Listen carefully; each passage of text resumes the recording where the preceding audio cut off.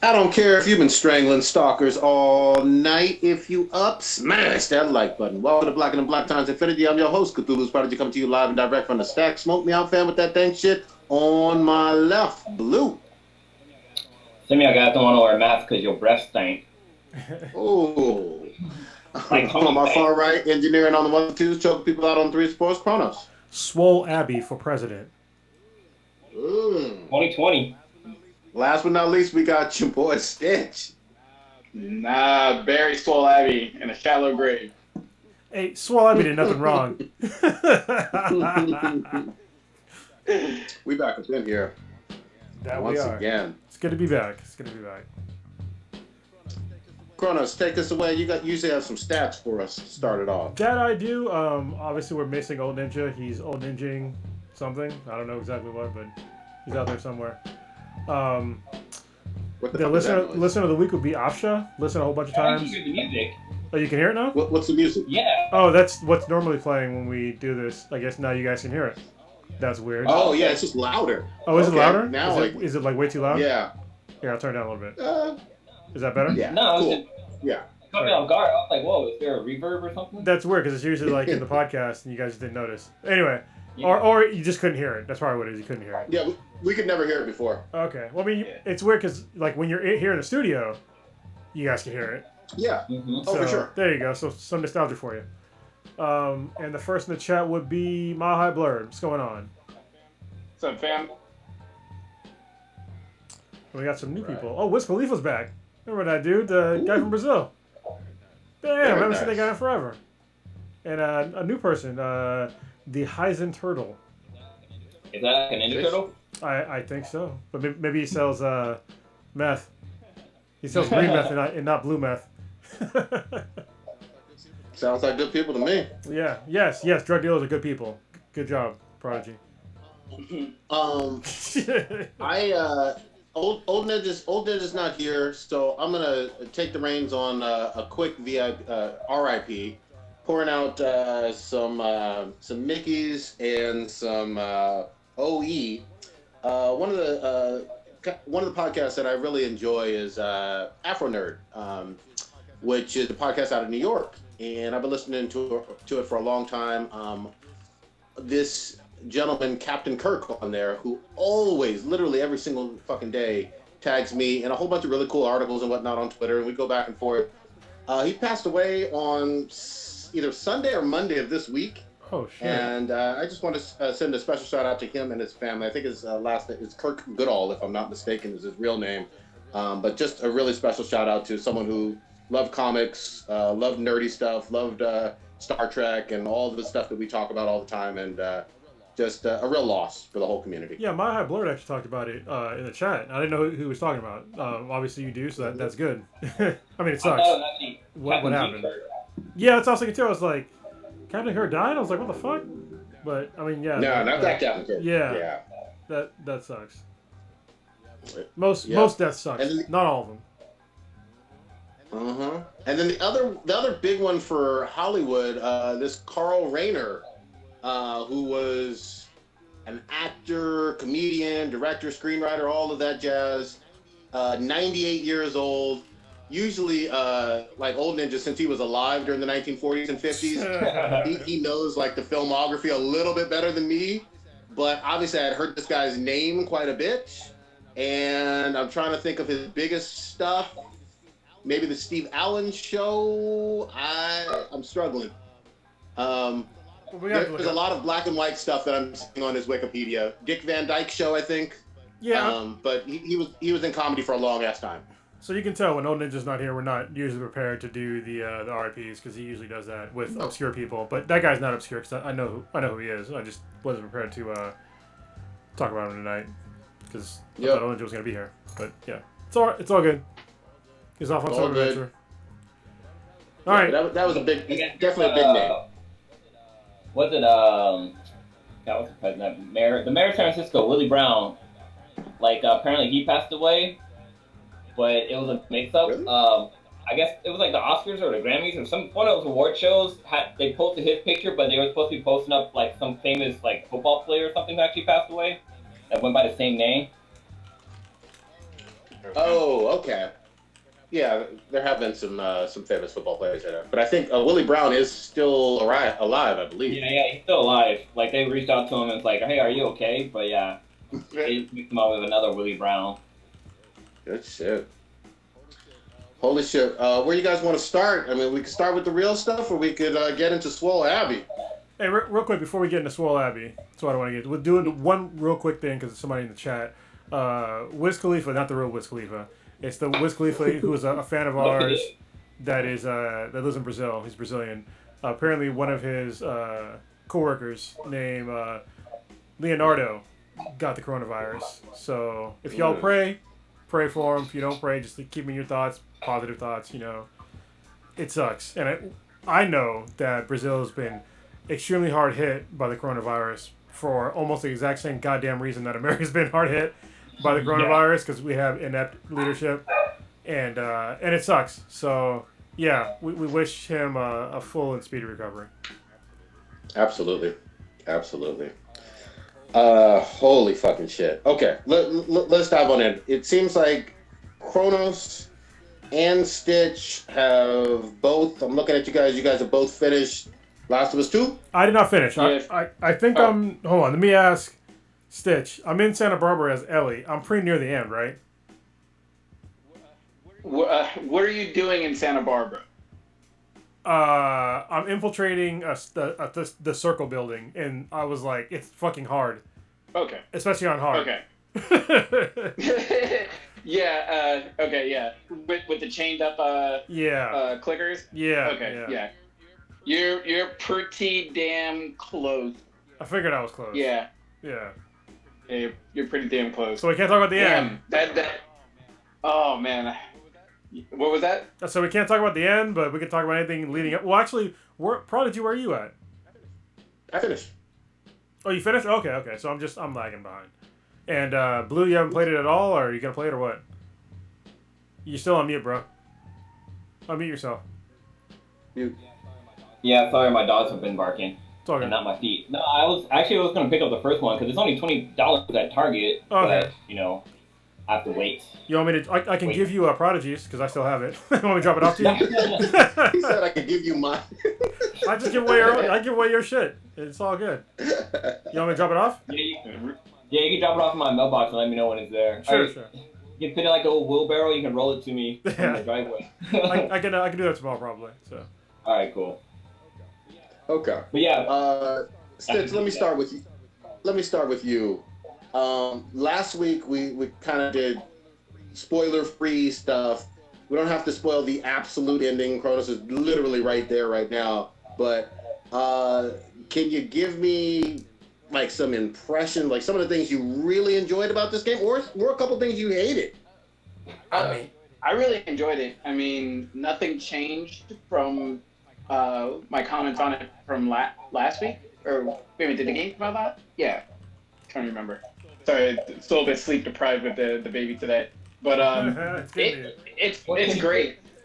I thoroughly loved it. One of the best comparisons I've heard was that it's more of like a book than an actual movie, because it's just like you get so many different points.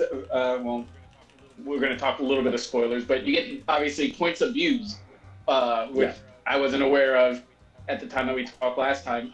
For those that don't know, there's a portion of the game where you play as Abby, the person that you're chasing down.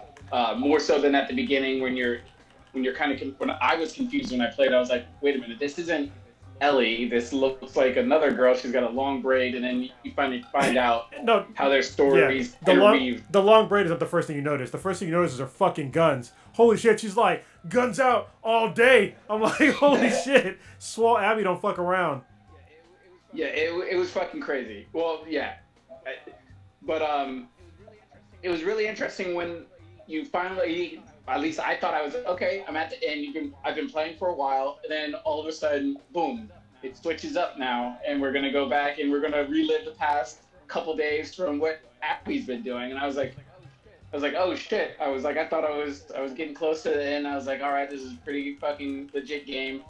And then all of a sudden it's like, wait a minute, why am I picking up like medicine and and screws and bolts and stuff like that. Why do I have a skill tree with Abby now? I was like, am I gonna be? I guess I'm gonna be her for a while now. And yeah, I'm essentially doing a bunch of missions and finding out what's going on from Abby's side of the story, which was really fascinating and fun to see.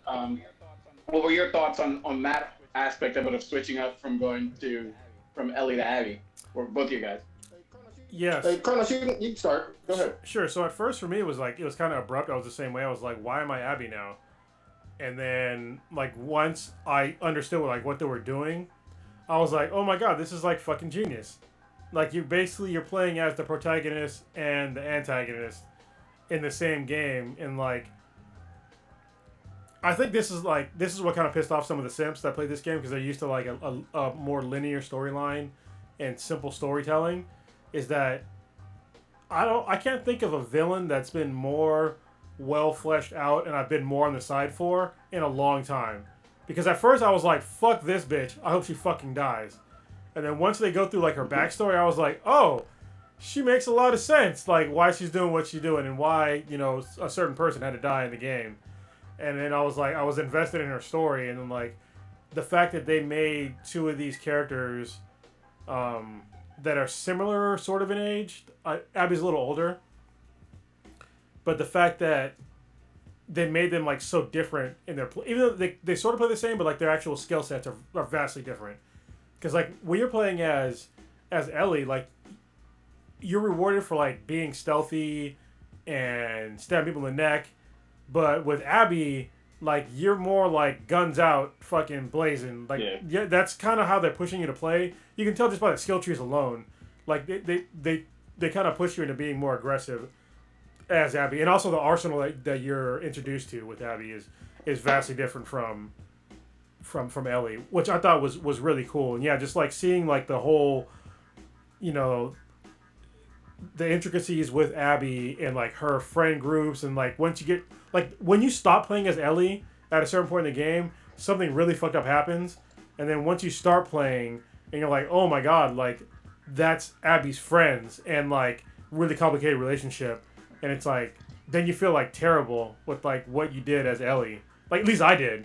Like once I figured out like who the fuck these people were to Ellie, to Abby, I was like, so like literally you're playing as the villain on both sides. So you can to me I can definitely see how like Ellie's the villain, but then so is Abby, like at the same time to each other. You know what I mean? They're both like justified villains, at least to me. So what did you think, Prodigy?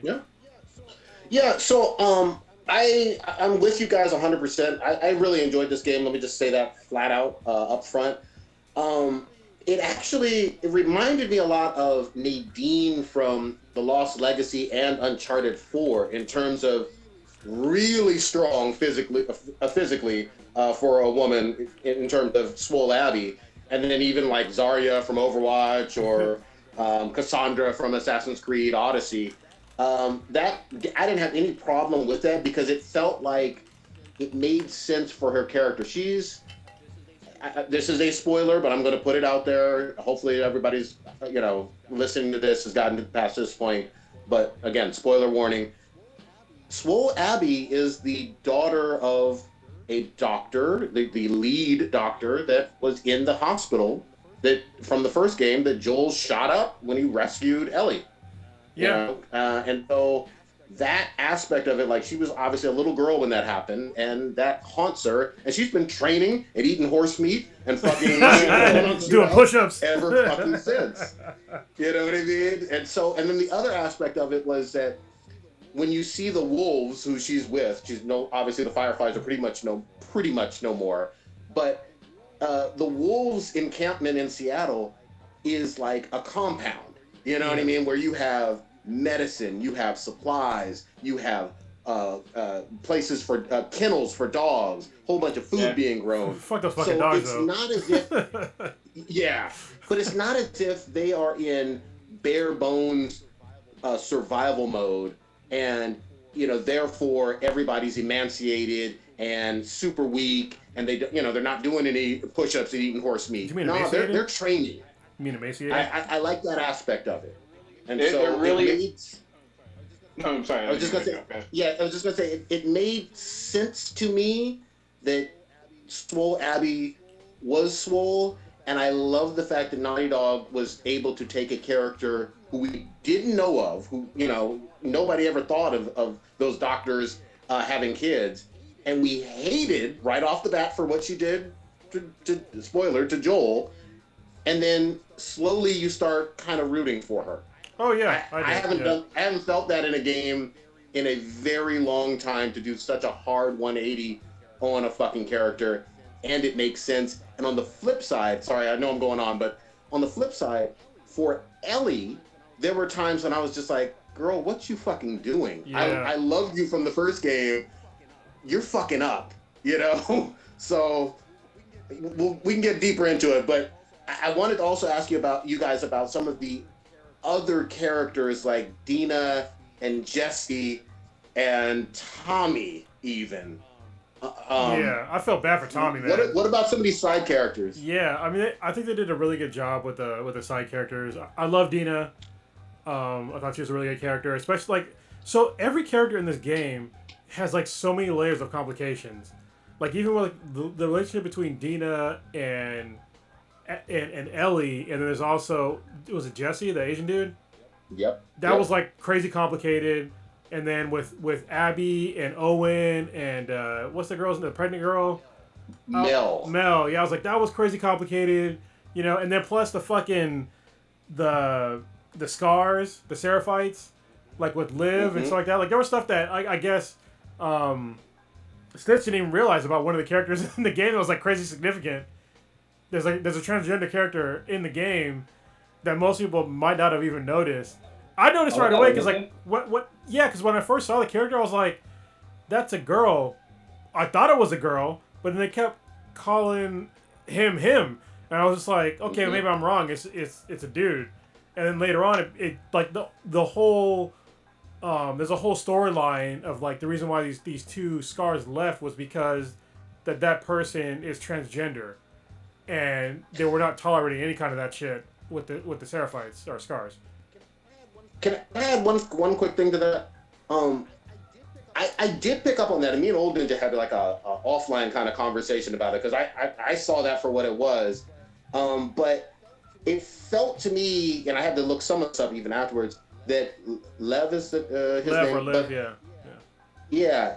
It felt to me like they also said, in addition to that change, he's being married off. Yes. To a older Scar. Yeah. And this is a teenager. This is a young teenager. I didn't think it was a teenager. Yeah, I think it was pre-pubescent. Yeah, pretty much, yeah. Well, so that's you can tell. obviously gross as fuck. Yeah. And remember, don't forget, because some people feel like, oh, this game had things in it that the first one didn't have. No, bullshit. David, in the first game, who Ellie fought, was going to basically make her his bride, so to speak. And that was the implication. And of course, Ellie was 13, 14 years old as well. So this was a little, touched on some of those same themes. Now, I didn't quite get everything with the Scars Seraphims in terms of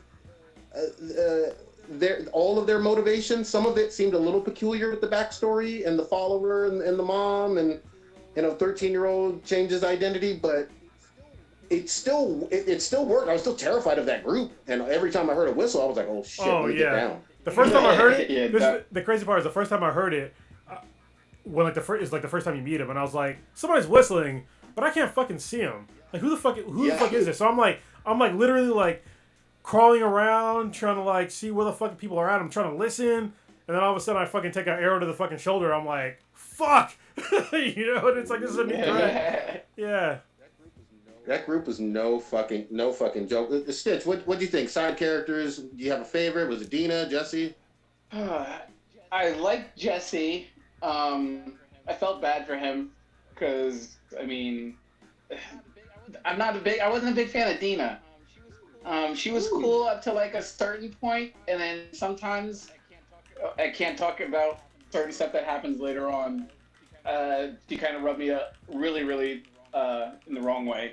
But up till the end, She was okay. I mean, she was coming in handy, taking out people and stuff. So she was a nice wingman when we were going through intern Seattle, fucking up shit with me, with Ellie. I was kind of confused on the whole relationship aspect because I was like, obviously I knew that her and Ellie kissed, but now she's pregnant by Jesse's thing. I was like, oh geez, this is fucking awkward. Owen seemed like a big fuckboy. Like Owen was just like he just seemed like this like frat boy that just got in way too deep and wanted to be like, oh well, we could all go to Santa Barbara and we'll make it all work and blah blah blah. And Abby's like, bitch, you got this chick pregnant. She's pregnant right here next to us. And then he's throwing back shots into Abby, spoiler or whatever on that, or whatever. He's going to Pound Town on Abby and stuff. And his girlfriend is like, he's trying to have this like three-way relationship. So I didn't really feel bad for Owen. Mel kind of got caught in the crossfire a little bit, and that one I did feel bad about that one. Tommy did dirty, and that's why I couldn't really. Oh, and then was it Martinez? I felt bad for him. Yeah. I wasn't ready for Martinez to go. I was like, Martinez is cool. I was like, I like his voice acting and everything like that. And then we're chasing Tom. That's Tommy we're chasing, correct? Yep. We're chasing Tommy, and then we're like, oh yeah, we'll go through this door, and then kapow! I was like, oh shit, no, my boy. He was gone, so I felt really bad for him. But Tommy getting fucked up the way he did is what kept me more on Team Ellie than Abby, because I can understand Abby's point of view, and I can understand like why she's pissed and everything. And as soon as Joel has his meets his demise and everything, I immediately in my head I start hearing Tupac's "Hit 'Em Up." Like, oh yeah, I was the same way. I was like, I'm about it. I was a little bit tired, but as soon as that thing happened, I was like, no, I'm up for gonna be gaming for a couple hours. We killing everybody. And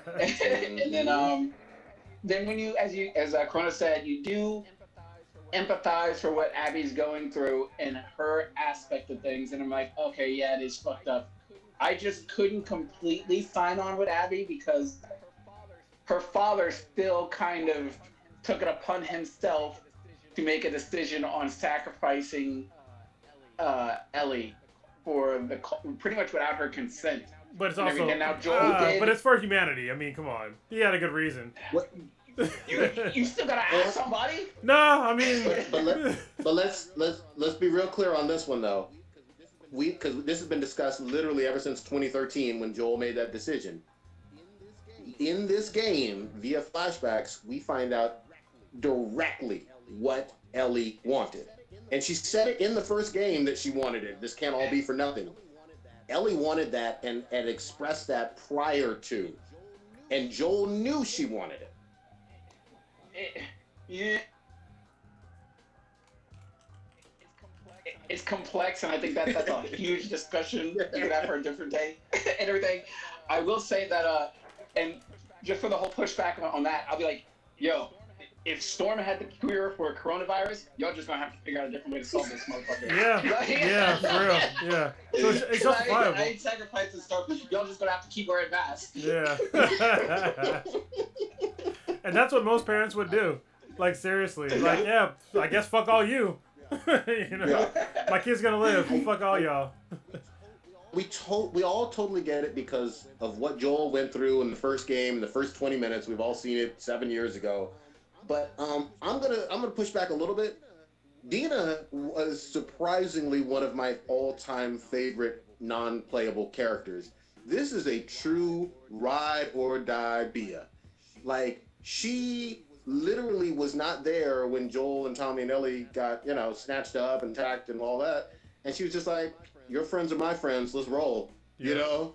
And then even when she sees her baby girl getting attacked, nearly killed, who come to the rescue? Mama Dina. Falling out of goddamn skylights and shit. I was like, when she fell out of off the roof, I was like, oh my god, my heart hurt. I was like, bruh, please tell me she didn't die. I honestly feel every decision Dina made was pretty fucking loyal and pretty fucking badass. So, did you know that up into the her, through the end. Man. Did you know about her face is actually a real person? Like her whole like character design. Oh yeah, all of them are mocap, right? All of them. No, but like her, so mocapping I is went through different. Like they actually took a model of a real person, and that's the face. They didn't do it with all the characters. Well, they didn't do. But I've seen the one. I've seen the one for Abby. Because I thought there might be an end credit scene, and they motion captured like 3-4 different horses and shit. They got the horses like fucking in the credits and shit like that. All the guys, I was like, you're misunderstanding what I'm saying. I believe they motion captured everybody. Yeah, but you're misunderstanding what I'm saying. Yeah, they mocap a lot of stuff, but they use like a lot of characters in video games. They're not based upon a real life person. Like when they do mocap, you can change the face of the mocap person, but the person of Dina is actually based upon a real person. And the funny thing is that they paid her to use her likeness in the game, and that was it. And so she didn't know she wasn't involved with like the actual making of the game. She didn't know mocap, anything like that. All they did was like basically just take her likeness and then put her into the game. So when the game got announced and all that stuff, she was like, "Oh, I had no idea," but that's like literally her face. And so she's watching like this. She's watching herself. She does a reaction video to like the first like video drop, like the first trailer, and she's like, "Oh, there's like parts where like these are like faces that I don't make," and so it's like weird like watching her do faces that she doesn't make. So yeah, there's mocap actors, but there's also some people in the game that are based upon real people. So it says that Dina, the actress who played Dina was Shannon Woodworth, and she was in Westworld. No, that's the voice actress. Oh, the voice actress? Yeah, the Well, actual. she looks like the actor. No. The real person is. I just looked her up today. It's Kasana something. Oh yeah, Kasana Karandana. Yeah, that's her. Yeah. Okay. Yeah, it says that they used her face for that, and that she was a model for the character. Yeah, so I want to differentiate. Yeah. I'm team Dina. Like Dina, that was a hell of a fucking character. Even some of the stuff that you see with her and Abby, like in the synagogue in Seattle. Yeah. All that shit worked, and then I finished the game with her. Pretty much every decision Dina made, I was like, "Oh, okay, I can see it." Like, Stitch is giving me side eye. Well, that's another reason why I'm not on Team Ellie. That's why I'm on Team Abby's, because, I mean, Ellie just left Dina. Like, she had her life set up. She let her go, She tried to revenge. She lost. Dina let her know. Dina Avenge said, me. Avenge me. Dina said, we're done with that life. Yeah. Get the fuck out of here, Tommy. She was like, "Eat this pussy. Oh, you got work to do. No Eat this respect for the pussy. baby Raise this kid." Jesse baby gone. daddy died in vain. Jesse got a bullet to the face. Yeah. Died Jesse in vain. All he got was his name here. card in a tree. Jesus Christ. Yeah. I need justice for him. Justice for Jesse. But the other thing that people online, because this is, I mean, we got to be honest. This was a very polarizing game. There's been some people who have been deeply upset and hating on it and whatnot. But a lot of people feel very passionately, rightly so, about Joel, who was the main character in the first game and whatnot, being excluded as a playable character from this game. But you know what's so funny to me about that? I didn't give a shit. Joel escorted, obviously, Ellie for a purpose across the country. And the important thing about Joel is I actually enjoyed the flashbacks in this. Yeah. Those flashback moments with Joel and Ellie even more than I enjoyed a lot of moments in The Last of Us 1, especially that airport or the museum with the astronaut shit. And then the other one where they finally have a heart-to-heart and she's just like, "Tell me the truth, otherwise I'm never fucking talking to you again." Like their arguments and their makeup in all of those flashbacks was fucking brilliant writing and touching. And I like those even better than some of the dialogue in the first one. I thought they did an outstanding job with Joel and Ellie in this. Yeah, I totally agree. Like I told you guys in the chat, this is easily the most uncomfortable game I've played in my entire fucking life. Like both through like graphic violence and then through just like dialogue and story. Like there's parts where I just like I get to a certain scene, I'm like, all right, I guess I'm done playing for a while because like just like it's so heavy, like the shit that you see going on in this game, and the fact that people that it doesn't hit them in the same way is kind of weird to me. You know, I think they're just like looking for certain things in the game, and they're getting offended about all these other ancillary things that they don't even realize like why they're mad about it. But it's like their own like. I think some of it honestly has to do with like sexism and also like homophobia and some other shit. They just don't want to talk about it. And transphobia, that's another one. They just don't want to address those issues in themselves. But if you look at the story as a whole, the story is really well done. No matter if you're on the Abby or Ellie side, it doesn't really fucking matter. But the story as a whole is very well done. And when somebody tries to like explain to me like why it's bad, it's like name me another story where you made the most horrendous villain in the first 2 hours of the game, and then later on in the game, like you understand the reasoning and you might actually go to their side. There's no other game that I've played that's like that. Nothing in media. I can't think of anything in media that has been like that. Where like literally you're like, fuck this guy, and then in the same experience you're like, oh, I understand why they did it, and this is how the protagonist fucked them over so bad. Like it's a feat to me, you know. Yeah. I can't think of any video games that do anything like that. Yeah. Yeah. These are powerful, like real life themes. And the other big one that we haven't mentioned yet, and sorry, Blue, I know you haven't played the game. I know we're going on and on. We'll get you in here, but the thing that struck me was revenge and then mercy, because there were 2 times literally. That's why I'm on Team Abby. Yeah, Abby showed. Yeah, I'm sorry, I can say this because now I know where you are. Yeah, Abby shows a lot of mercy and restraint after her violent, torturous murder of Joel, and that was a brave move by Neil Druckmann and Naughty Dog. And then there are times with Ellie where I'm just like, girl, what the fuck? You really didn't have to go that fucking hard on innocent people, pregnant women. You know what I mean? Like, well, hold on. Like, but Prodigy, if you think about it, it actually makes sense. It makes sense with Ellie because that's what Joel did. Joel went scorched earth. Yeah. You're breaking absolutely. up. Oh, are we? Ellie, am I breaking up? I can still hear you. I think it's on Stitches. No, I think Stitches just breaking up. Yeah. Well, we're breaking up to him. I was gonna say, My bad. Ellie becomes some of the worst parts about Joel. Yes. And Joel is not just a smuggler. Joel is someone who literally committed basically terrorist acts in terms of ambushing and killing up innocent people sometimes. And he talked about it quite a bit in the first game. Yeah. Oh, no, now you dropped off. Shoot one of you, like... Did I drop off? I got you now. You're catching up. Okay. But the whole thing of draw something on a map and torturing people, Joel was vicious as fuck. Like, you know what I mean? Yeah.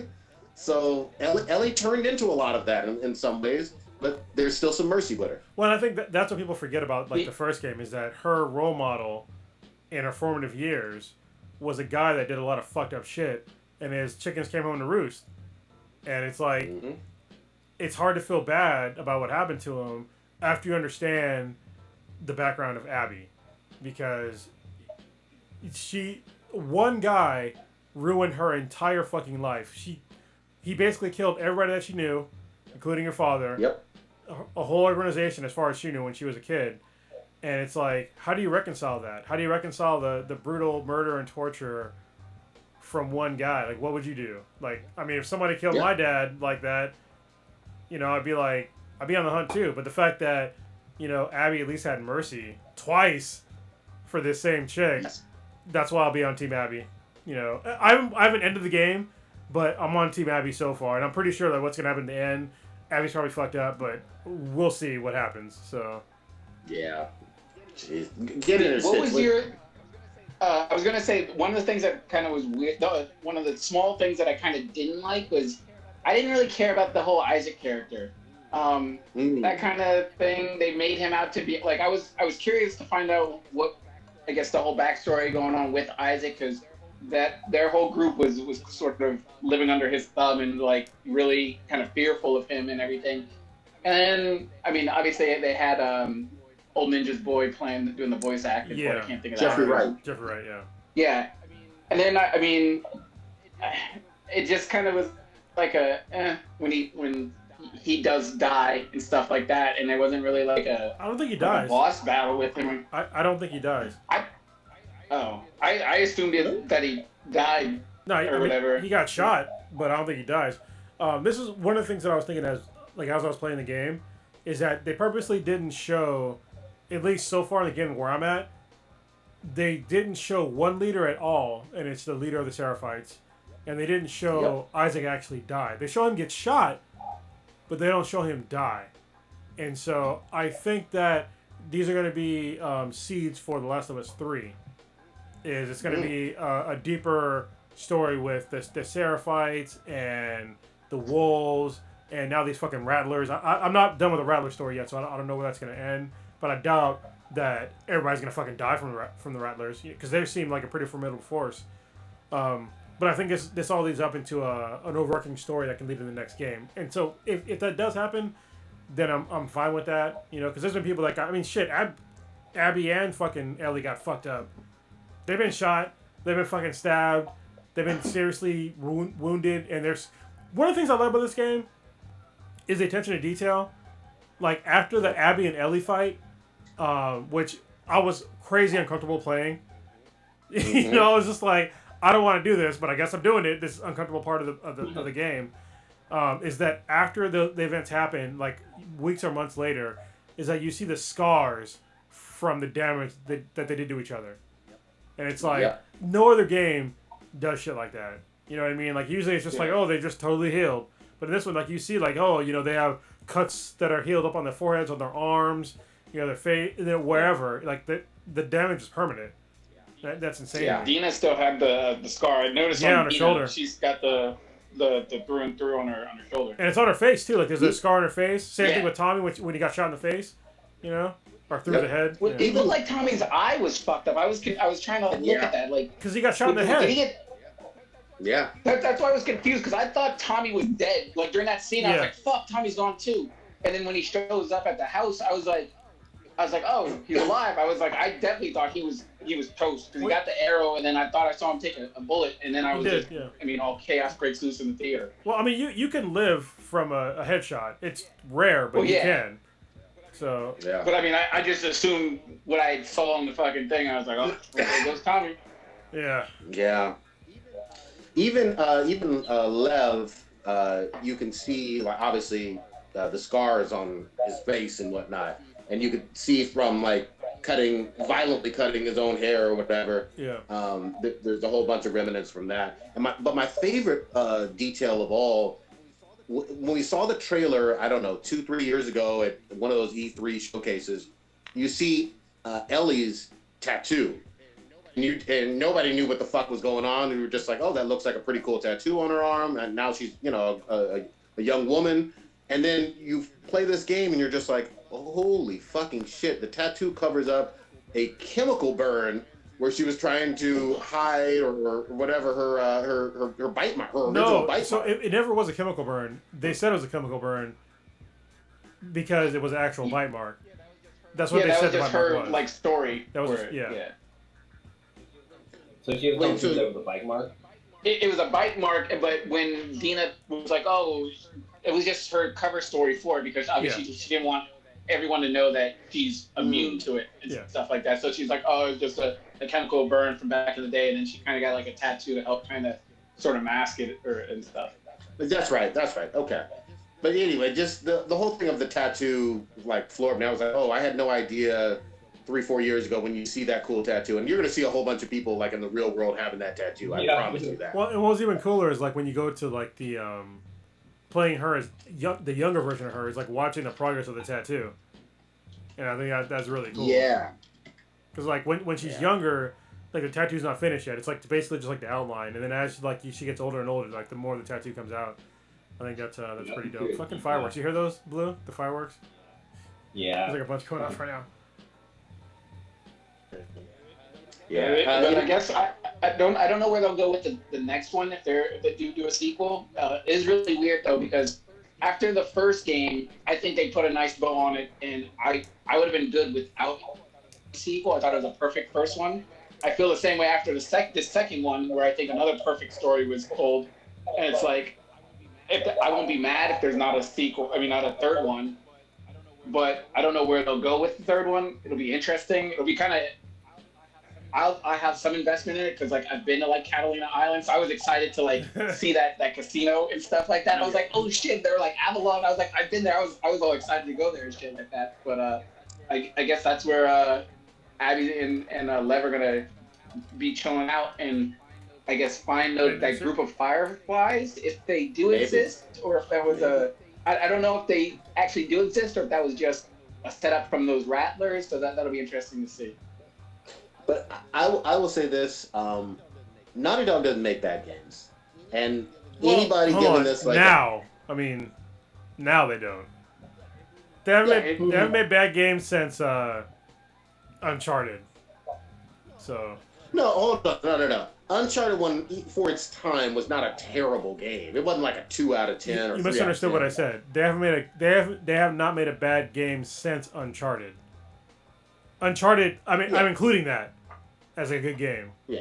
They made games before that were like, they made Crash Bandicoot. I'm like, I was never a fan of Crash Bandicoot. So. Yeah, I think even for its time, I don't think this is going back a long time, but I don't think the Crashes were terrible games. But did you play them all? I played most of them, because they came out like on like a PS3 like remake or something. Yeah, I remember playing the first one. Terrible. Well, they got another one coming out. We got to see at they do, yeah. EA or E3 or whatever we just saw recently. But that's not like what you associate Naughty Dog with. You associate Naughty Dog with Uncharted and The Last of Us. Now you don't associate them with, I seriously know they did Crash Bandicoot. There's a few. I know they did Jack and Crash. They had.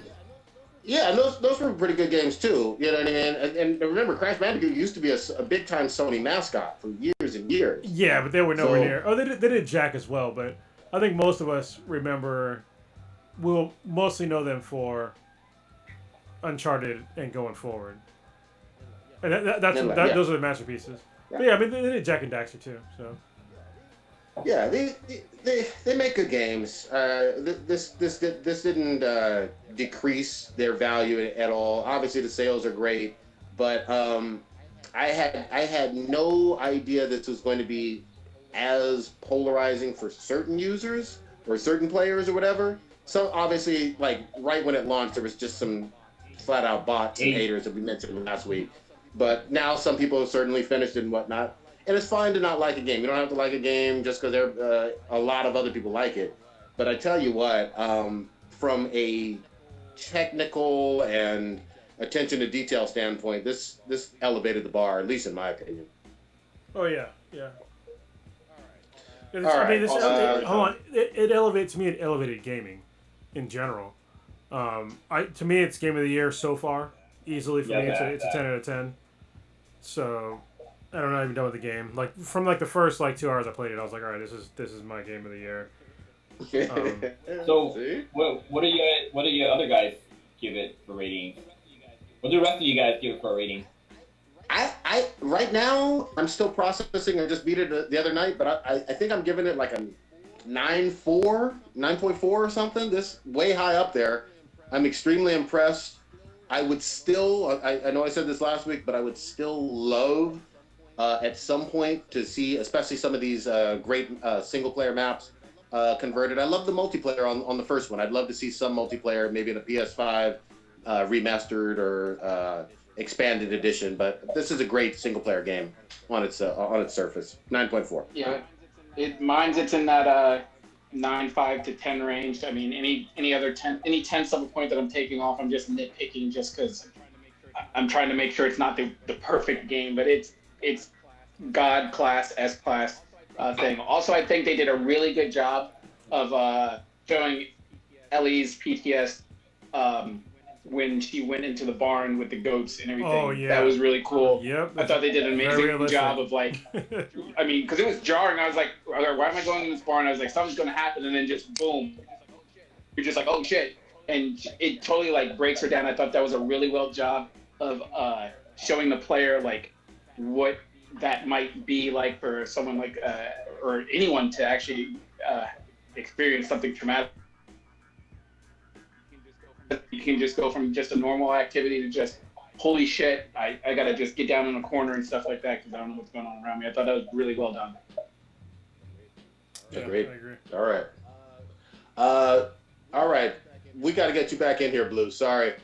What do you? Let's see. Do you want to talk about this Warner Brothers Superman stuff, or you want to talk about the boys? Where you want to go, Blue? Shit. You bared I with don't know us. about the Superman stuff. Well, I can't Yeah, talk. that was Fuck the boys. So it. the boys drop. Season 2 is dropping September 4th. Yeah. Have there been a trailer for it yet? I don't think I've seen There's a been a trailer. couple, and then one of them is like very violent. Oh, It's, shit, I need it's to with watch like the trailer. basically Black Noir doing Black Noir shit. Mm. I'm gonna find the trailer right now.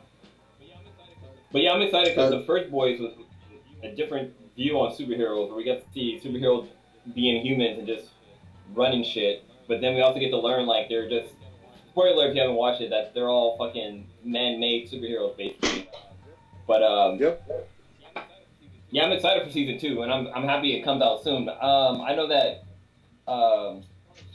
Cronus gets special access to Amazon stuff. Have you guys received anything yet on this? Not yet. So usually when I get special like the early access stuff, it'll become usually like within a month of the release, and they'll drop them all to me. But I need to I'm worried though, because I want to message them like, listen, I need to put it on like a certain email address so like everybody can get it. But I also don't want to get the access taken away, just in case like it's only for one person. But at this point, it's like I want the rest of you guys, especially now because we can't meet up, like watch it together. Yeah. Yeah. I want everybody to be able to like to watch these, because it's like basically everything with Amazon's been really cool with the podcast on like giving us access to like stuff, early access to stuff way before it comes out.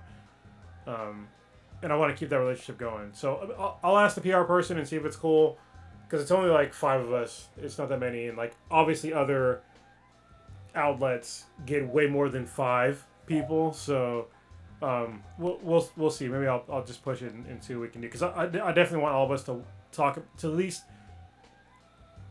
have access to like all of them before it comes out, and then because there's an embargo date, so I want to be able to talk, at least give general observations about it before it drops, and then because I think this one they're not dropping it all at once. They're dropping like the first 3 at once, and then after that it's weekly. So I want to be able to like have the upper hand to like us to talk about it, like do like separate podcasts and like talk about the boys, and like just pre-record it and then drop it. Say again? Did they do that last season where they dropped like 1 or 2 and then everything was week to week? No, or did no. they drop it all? You usually do the whole thing. Yeah. And what's funny is like sometimes when you get like some of the screener stuff, like they don't have like not all of the special effects are in. I don't think it was with Amazon. It was like there was some other company that I got early access to. Oh no, it was something that it wasn't even podcast related, but I got to watch like an early thing for like The Secret Life of Walter Mitty. Like probably like 6 months or a year before it came out, and it like literally there were scenes to where like the CGI wasn't even done. And it was like but you could tell the movie was I still enjoyed the movie, but like they tell you before you even watch, it's like, hey, this movie's not done, but here you go. I'm definitely down for the boys too, though. If you get some early access to that, I'd be more than willing to see some of those episodes, because that season 1 floored me. I couldn't get enough of that shit. You'll get everything, like basically everything that Amazon has, you get early access to. So like, what was that one with the Tom Clancy book? The Jack Ryan? Yeah, you get Jack Ryan. Reacher. Is Jack Reacher? No, that's not on them. Jack Reacher? No, that's with Tom Cruise. That's Tom right? Cruise, yeah. Oh, okay. Yeah, I gotta mix But it. like Carnival Row, it's another good one. Have you guys watched Upload on Amazon? I got that. I got the other two. I didn't watch it. It's like a bunch of them. That, It's really good. yeah. I think it's worth checking out. Like I watched the entire season, and the main female in there is Redbone. I think. I'm not sure where she is. She looks very She's a mixed human. with a lot of things. Yeah. Good stuff. What's? Oh, okay. Stick. I think you're gonna have to set this one up. What's this? What's the Mia Khalifa is warning women not to get involved in anything having to do with porn, right? No. Okay. That's sort of a misleading intro to it and everything, based on what I sort of read in the comments that I took from it. We all know who Mia Khalifa is, at least us here on the podcast do. She's a really popular adult actress. She's pretty hot. I think her acting isn't all that great in her videos and stuff like that. So Well, I think she's a little bit overhyped. She's an adult actress. I mean, come on. How? I mean, when it comes to adult actress, But, like how do they do sexually? Not her acting. Well, yeah, I think her performance could be a little bit better and everything. Okay. But yeah, it's sort of like a Kim Kardashian kind of thing or whatever. Oh, It wasn't. I expected more. Yeah. Yeah. But essentially, she's kind of told that she's gone through a lot of like stress and trauma through her post porn career life and everything, and she wanted to, I guess, warn women that, hey, think about it before you get into the actual field and everything. She, for way she put it was for example, she did it for, I guess, 3 months when she was, I guess, 21 years old. I'm not sure actually how old she is right now. I'd have to look that up. What's that? She said she was 21. I read the article. What? I don't know how old she is now. I don't know. Oh, okay. I don't. Yeah, but essentially, from what she said, I guess she got maybe like around 15 grand from it for the scenes in the movies that she did. And essentially, she said she didn't have a problem with like how like Pornhub works and all that stuff. Her main issue, from what I read, was I guess with Bang Bros, where essentially they just sort of put her as like their banner and stuff to try to promote traffic to the site and everything like that, and et cetera, et cetera. And she is sort of kind of like a stuck position where it's like, okay, yeah, I worked and I did this stuff for 3 months, but after that, it's been extremely hard for me to actually like go on and find like other fields of work because people don't treat me as a reputable like person and everything. Now she's had like podcasts and been on like other shows with with basketball players like Gilbert Arenas. She had a podcast and she does really well for herself. I mean, her net value, I think when I looked it up, was like around like $4 million. So she has been successful, and without a doubt, she has made her name through her past pornography career. But she has said she's pretty much giving a cautionary tale, being like, hey, it's not all what's it called?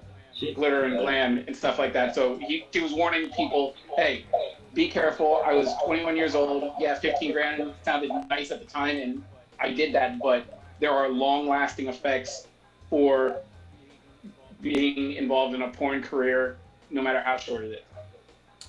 Yeah, this is I don't have any problem. Go ahead. I don't have any problem with her, I guess, stating that. But at the same time, I feel really uncomfortable with this aspect of she signed a contract and was 21 and got what sounds to me like a rookie deal, kind of par for the course for a rookie performer in adult porn. I don't know the business inside and out, but it sounds like a rookie deal.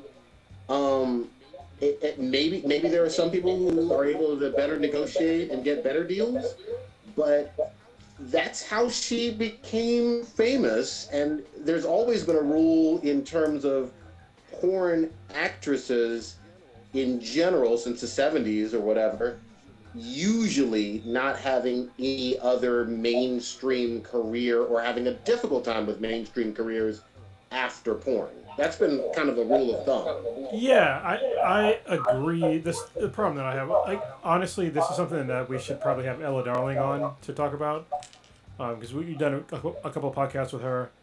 She's in the porn industry, or at least was. She's still associated with the porn industry, as far as I know. Yeah, she still is. Yeah, she is. She's a really cool chick, super honest.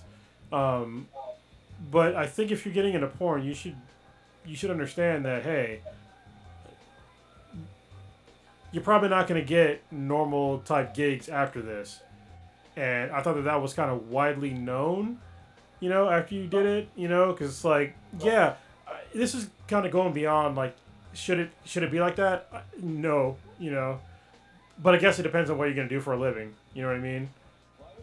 Like, well, I remember Ella Darling talking about, I'm not sure if she did on our podcast or the Earth Girls Are Easy, where she talked about, like, her whole, or it might have been when she did her thing at SBVR, but I remember her mentioning how, like, her main goal is to try to help girls that get into the industry, to let them know, like, how things are and make sure, like, they're not getting screwed over when they do sign contracts, and make sure they are getting the amount of money that they need. So I think it's probably something that happens in the industry where girls come in young, they're naive, they don't know what's really going on, and like some of these corporate guys just kind of take advantage of them. It's like, oh, we're gonna give you all this money.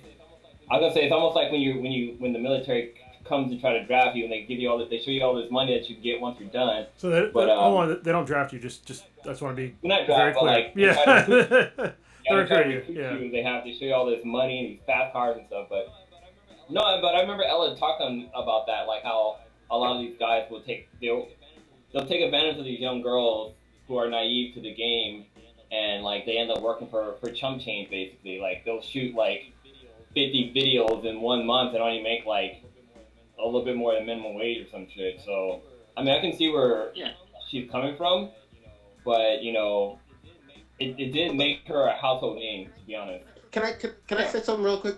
There are several, and Old Ninja's really good in terms of like knowing the names and whatnot, but there are some former actresses that had similar arrangements when they were super young, and then got better contracts, and then were directors, producers, like even writers, whatever, all that other those other jobs in the industry, even actual owners of studios.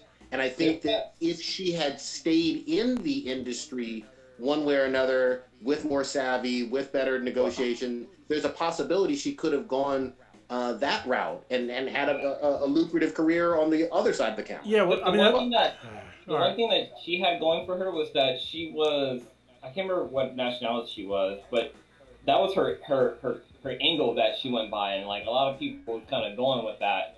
And then like, then we started seeing more like Indian descent people performing in adult entertainment. So she kind of like slightly opened the doors to that genre.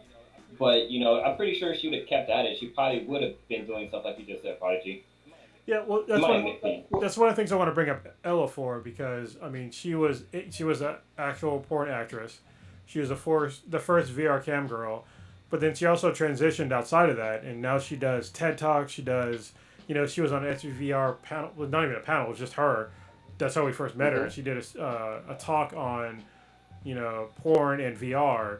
And I don't think she does porn anymore, which is weird because I talked about it kind of all the time. It's like I met her as like not a porn actress, so I don't look up her porn because like then it'd be like weird because it's like I know you as like not a porn actress. I know you as like, I mean she's still a normal person, but it's just like I don't know. Maybe it sounds weird. Fantasy. What's up? It kind of destroys the image or maybe the fantasy. Is that what you're saying? Well, it doesn't really destroy it. I mean, I know she was in porn. You know what I mean? But it's just like, I don't know. Maybe it's like I don't want to say it's a stigma because it's not a stigma to me because obviously I think she's a really cool person. I don't even know how to put it correctly. But anyway, I think that what Blue said is correct. That she probably still had opportunities within that same realm, but you can still take a step back and like not do porn anymore and still be successful, as other people have done. Other people have done other stuff associated with the porn industry, and just stepped away. But I think she wants to do something different. But it's like, it's one of those things where, unfortunately, in American society, once you do something like that, and I agree that it's change, but once you do something like that, people will think of you differently. And honestly, what I just said doesn't help. Like what I said, hey, I met Ella Darling as like a normal person, and she's a normal person, all right? She's really fucking cool. But I didn't want to look up her porn because I knew her as just Ella Darling. Actually, I know her real name, but here nor there. But yeah, it needs to. I think once society kind of progresses a bit, including myself,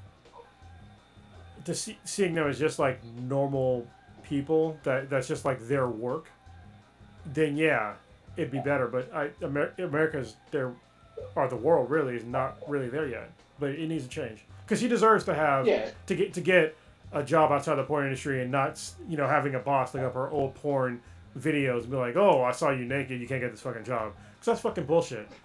What you did when you were 21 years old, should not have a bearing on, unless it was like something that was illegal, which what you did was not. And even then, the illegality of things, it depends on what the fuck you did. So she should be able to do what she wants to do now. And so from that aspect, I totally understand what the fuck she's talking about. Yeah, I mean, I think two important things that you mentioned was one is that you brought up with Ella Darling. Yeah, you don't have that stigma attached to her, which I think is really advanced compared to the vast society in general. I mean, it doesn't really matter what she tweets out. She could be talking about something. I know she's a really huge sports fan, and I do follow her. Yeah. She's really knowledgeable on sports and stuff. And anytime she tweets something, even about like the Washington Capitals, her mentions just get flooded with just pictures of her sucking dick and stuff like that in like the comment section, just because people are just shitty trolls and stuff like that. And yes, there are people that do advance from that career path and everything, and obviously like people like Jenna Jameson went on to like production and to fucking Tito Ortiz and stuff like that. To fucking Tito Ortiz. But, I'm just saying. I don't like Tito Ortiz. That's why I said that. But it is difficult to, if you're just like, we've all made dumb decisions when we're 21, and I'm sure I would have probably banged someone on camera for 15 grand when I was 21 years old and just been like YOLO and did it at the time, and then not really care or have the enough clarity to understand what kind of ramifications that could have in my future. I mean, I don't remember if we talked about on the podcast or if it was in like our group discussion where there was that mechanic or something who was just like a regular mechanic, just servicing cars, and someone found her like OnlyFans or something like that, and then just completely derailed her entire career on that. I mean, just she's fixing cars. So I mean, it is a shitty stigma that does get attached to, and I mean, it's easy for us to say, obviously as 40-year-olds, you should have known better or realized that, but it's unfortunate, and I think her giving a sort of a heads up to young females that are maybe interested and be like, oh yeah, I can make a quick buck stripping or doing that and just get my money for college and then move on, and then I'll go do on something different in life. It's not as easy as the plan sounds, because people will always have that digital evidence and try to bring it out all the time. Can I just piggyback and just say one quick thing? I think you guys are making really great points. The thing that I want the audience to kind of be aware of, Sylvester Stallone did porn before Rocky. Yeah. And like people forget about that, and he obviously given this incredible platform and career. I think Rocky won an Oscar. He's done obviously the Cliffhanger movies. He's one of the most famous celebrities of all time, and he was putting his dick in pussy on screen. Different for women. It's different for women. That's exactly right. Yeah. Well, that's exactly right. Women also get paid a lot more. That's what I'm going to say. So. That's what I'm going to say. There seems to be a bit of a double standard there that I'm acknowledging, and I'm saying that, the classic example of Sylvester Stallone, which nobody right now associates, obviously he's an old man, but nobody associates him with, being a young 20-something in the 70s and being on screen fucking, and you can look it up if you want to, but that was something he did. Same decision, it shouldn't have those repercussions down the road if you're good enough and talented enough and all that other stuff. So I wish her the best. You know what I mean? I really do. You are going to have some shitty trolls because she was so famous, though. That's the part I want to make sure that we're clear on. Sylvester Stallone doing porn back in the day was not a porn superstar of the male, on the male side. Mia Khalifa was a superstar phenomenon, LeBron, Jordan of like infamy when it comes to porn. Like she blew up like nothing we had seen in a long, long time. Well, so I'm curious, what does she want to do now? Because I didn't research the story, but what does Mia Khalifa want to do now? And is that even what she's still calling herself at this point in time? Well, I don't know if that's her real name. I mean, I don't know. I doubt it. Oh, I'm sorry. Go. Yeah, I mean, I know she's hosted several podcasts that are like sports centered, like podcasts with like NBA players and things of that nature. So I know she does that, and was doing stuff with like Barstool Sports for a little bit, and I see the problem. So yeah. the problem is likely that she wants to be taken seriously as like a human being, and she has a right to be taken seriously as a human being. So I mean, like if she's doing all the research and like, doing what you would normally, I guess, expect for somebody in a certain field, that she's has the same qualifications as somebody else in the same field, but she just happens to do porn and she's getting shit on, then yeah, that's pretty fucked up. I mean, it looks like Bankroll sent her a cease and desist letter on her claims and accusations she's been making about them. It just got posted like 30 minutes ago. Who? Bang Bros. Oh, well, yeah, I mean, this is the problem. Like, she's not going to win that fight because she signed an ND, like, probably, like, some sort of contract.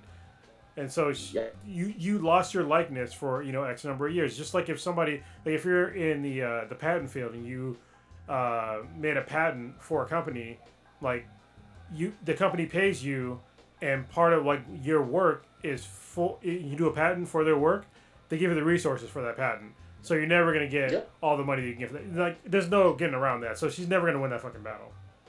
Ever. No. Yeah, well, yeah. So she's not, from my understanding, she's not trying to get her shit removed from the internet or anything like that. I think that when people are asking her, well, she is not. Well, she's not doing right. Yeah. Somebody else has started.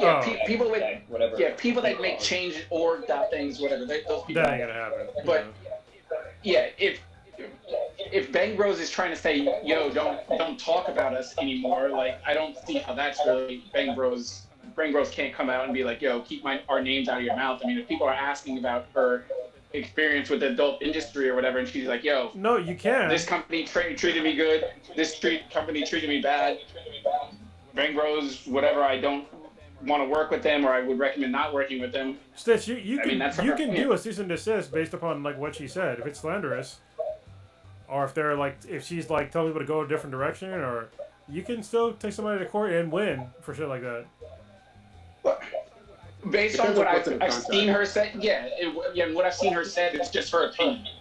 It's not saying like she was saying like, oh, I was raped at Bang Bros or something like that, or implementing them in some sort of crime. It's just her saying like, I didn't like the way they conducted their business, and I wouldn't recommend working for that company, which I don't think is a violation of any sort of NDA. If someone's just asking your opinion, it's like a Yelp review. Well, it's probably more than that. If it's just that, I doubt they would do like a cease and desist, because obviously they definitely wouldn't win a cease and desist off of that alone. So anyway, it's interesting. I'm gonna pay attention. I'm gonna keep my eyes on this story because that whatever that campaign was seemed odd as fuck. But I wish her the best of luck, man. I don't think someone should have their lives ruined. Where else do you guys want to go? Hold on. Can I tell you what's trending right now? Sorry, go ahead. I was gonna say, there was a Netflix documentary called After Porn. There's 1, 2, and there's a third one that's available now, and it just talks about like activists who were in the industry and where they are with their life, and they pretty much document like how they've changed their life around and this and that. So this is just an example of like how porn is an end game for some people. So you know what's trending right now? What's that? All Lives Matter. You want to know why? Because of K-pop. K-pop's going after fucking K-pop. All Lives Matter. They're doing it again. They're going after these fucking stupid ass racists. Oh my god, my whole opinion on All Lives Matter and just like white culture in general has like really changed in the past like 2 weeks. It's kind of fucking amazing. What were we gonna say, Prodigy? I was just gonna say, shout out to both Blue and Kronos. Y'all got me based on our React videos to give K-pop a real chance. Some of that shit is catchy as hell. I love the fact that I know the names of some of these groups, some of their videos now, and their fandoms just go hard as shit. I love it. They're trolls.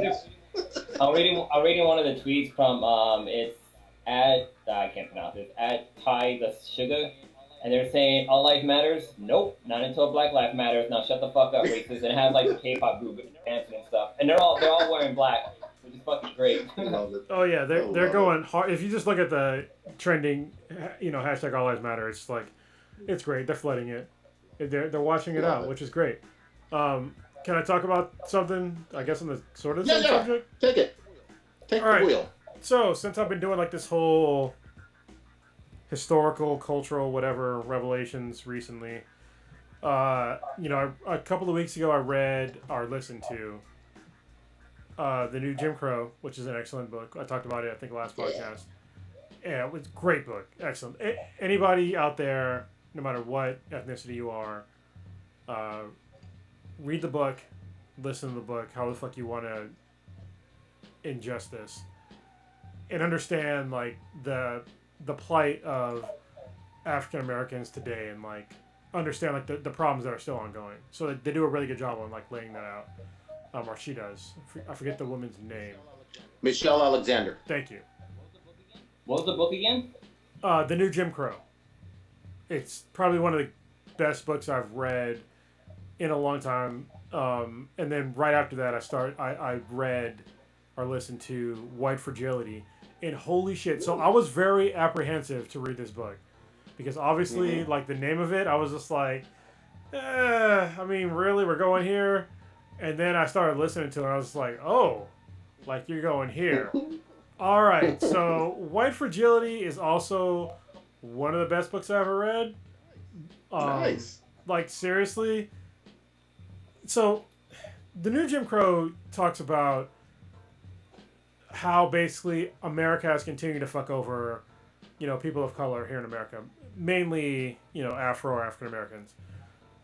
And it's a very convincing. It's not even convincing. It's facts. The book is full of facts that you really can't argue. And anybody that tries to argue the fact that you can't argue the facts in the book. Like, we've been fucked over for a long time. There's a lot of shit that I saw in myself that I dismissed before, and that's how I'm like kind of changing my opinion on these things. And I've always said before that I reserve the right to change my opinion. Yep. White Fragility has done something very similar. So when I listened to the new Jim Crow, I was like, all right, so yeah, like this whole like white privilege thing, like, okay, you convinced me that it exists. And then White Fragility shows me exactly how it exists from the factual opinions from a white person that teaches diversity trainings to people like white people of color, everybody. Like, this is a woman. I forget her name. I don't have it off the top of my head. But she literally she's a diversity trainer, and she breaks down exactly how white culture is so fucking fragile here in America, and how it's fragile and why it's fragile. And she brings up she fucking Robin DiAngelo. Yes, Robin DiAngelo. God damn, you changed my life. Like, seriously. Like, when she broke down scenarios, because she goes through all these things where, like, she's breaking down when she's trying to explain racism to white people, how they take, and she's white, how they take it the wrong way and why they do it. And she breaks down, like, actual, like, how white supremacy is continuing here in America through various means, through complacency, through people just saying stupid ass phrases like "I don't see color," and other various means. It's that the white culture. When I say white culture, I'm not saying all of you. Okay, I'm just saying the white culture in general, because I actually don't like using the term white or black anymore, because people are not white or black. You're either pale or you're brown skin. Like nobody on this planet that I've seen is black. Like their skin is not black. You're brown or darker brown. And if you're white, unless you're a fucking albino, you're not actually white. All right. But the white culture thing is a real thing, and it's a self-perpetuating protective structure that we have here in America that I think most people don't understand how the fuck it works. And this book really breaks it down really well. And there's like shit, like I'm listening to the book, I'm like, I have heard these things being said to me by European Americans. And when I give some pushback, like their responses are exactly what she says. Like I've had one of my best friends, I guess former best friends, because I haven't talked to him in a long time. But I know what you're talking about. You know what I'm talking about. I know. I know. And the reason why we fell apart, I still don't even understand. And it's actually not even the reason why we fell apart. I don't think it has anything to do with racism, but I will give you a particular back and forth on what happened between me and him. And we were still friends after this, okay? And this is probably a similar story or something like this that happened to people, like a black person and a white person, okay? He thought it was okay to use the N-word in front of me, okay? Oh.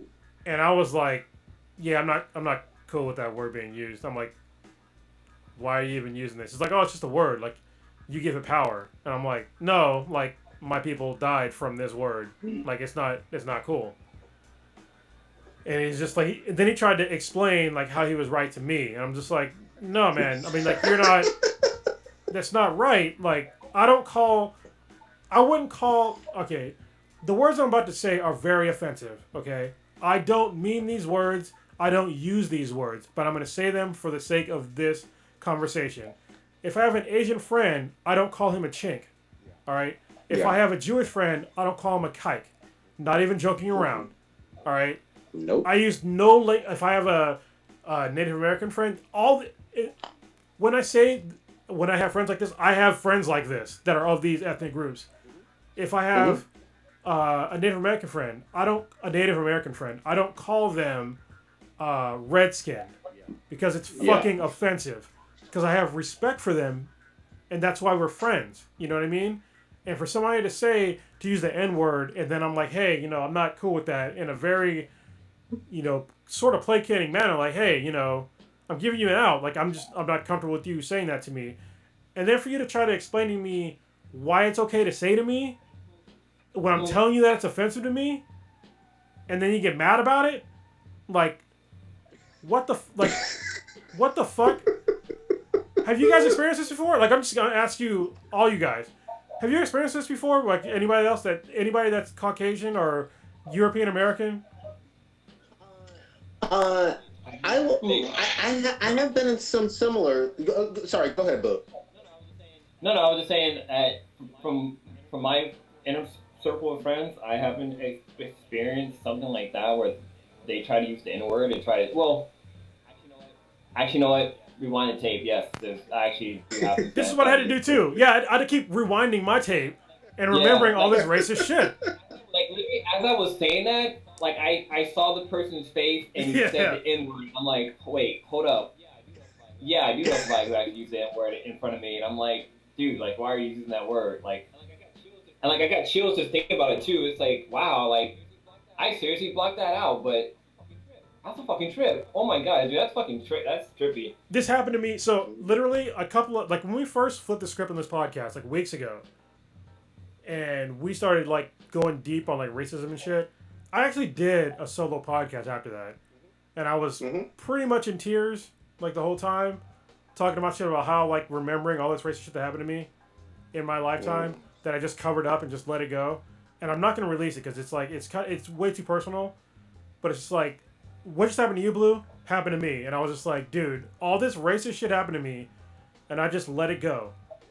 So, the rest of you guys? Yeah, go ahead, Stitch. You go first. I can't think of anything recently with the actual N-word. I remember very specifically when I transferred or moved to a different high school in New Jersey or whatever. they felt comfortable saying that around me. Yes. And stuff like that. And then then it sort of it progresses to that point or whatever where it's like, is it cool to make like watermelon jokes or the Kool-Aid jokes or the chicken jokes? And then if I don't have like a visceral reaction to it, then it sort of progresses like, okay, you're cool with it, so you're the only black guy around, which I literally was. They sort of felt comfortable with it, and it's fucking ridiculous. I haven't had anything recently with that.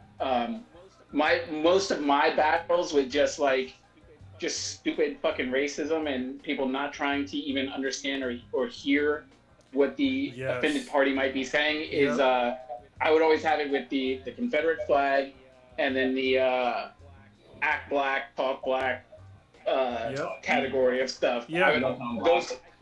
I can't even count how many times I've had that whole thing. I almost have like a script flow chart that I have in my head when I need to just make them feel stupid. I'm like, okay, they're gonna say that, and then I can go down this path and say whatever. I can do it with like my eyes closed. I'm just like, you're an idiot, and here's why you're an idiot. Yeah, but they won't even feel. Hold on, Prodigy. Sorry, I'll get into like everything everybody's saying.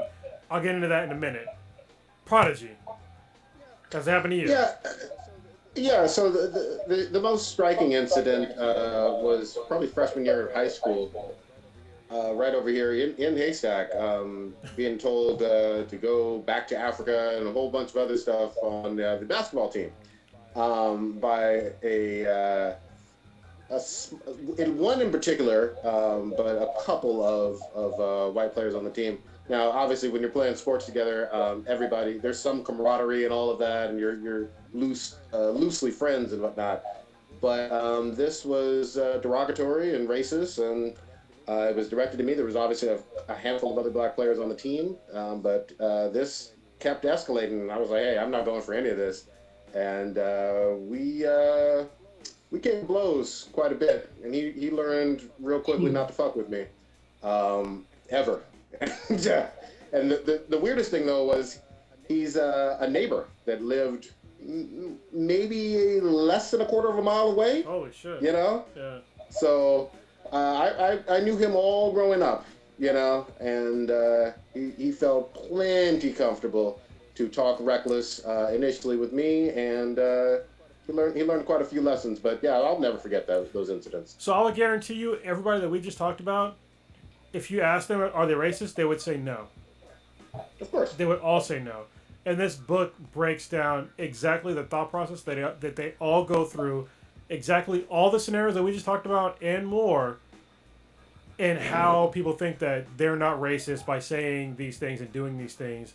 And it's to preserve this white culture and white supremacy here in America. Because they think that they're not racist because they're used to things being a certain way in America, and they're used to being on top. They're used to being, dominant over everybody. And if what happens is, listen, if you're European American listening to this shit, and you've ever said anything like this to somebody, and it sounds very familiar to you, you're fucking racist.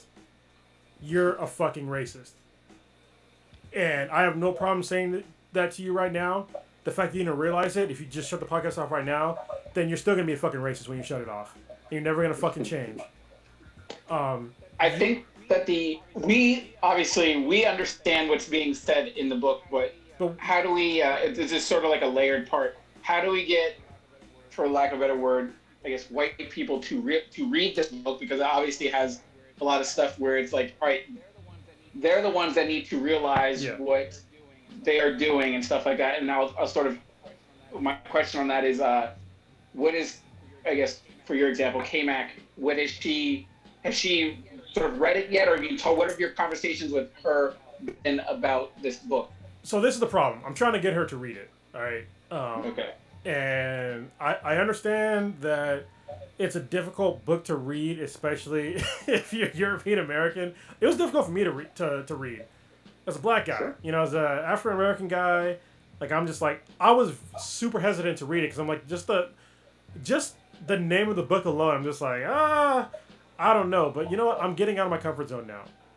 And I think everybody at this point in time, when it comes to racial issues, because I think the actual name of the book isn't just white fragility. It's white fragility and like the reason why it's uncomfortable for white people to talk about race. I think that's like the actual. Let me tell you the actual Yeah, name. that's me. That's the actual name.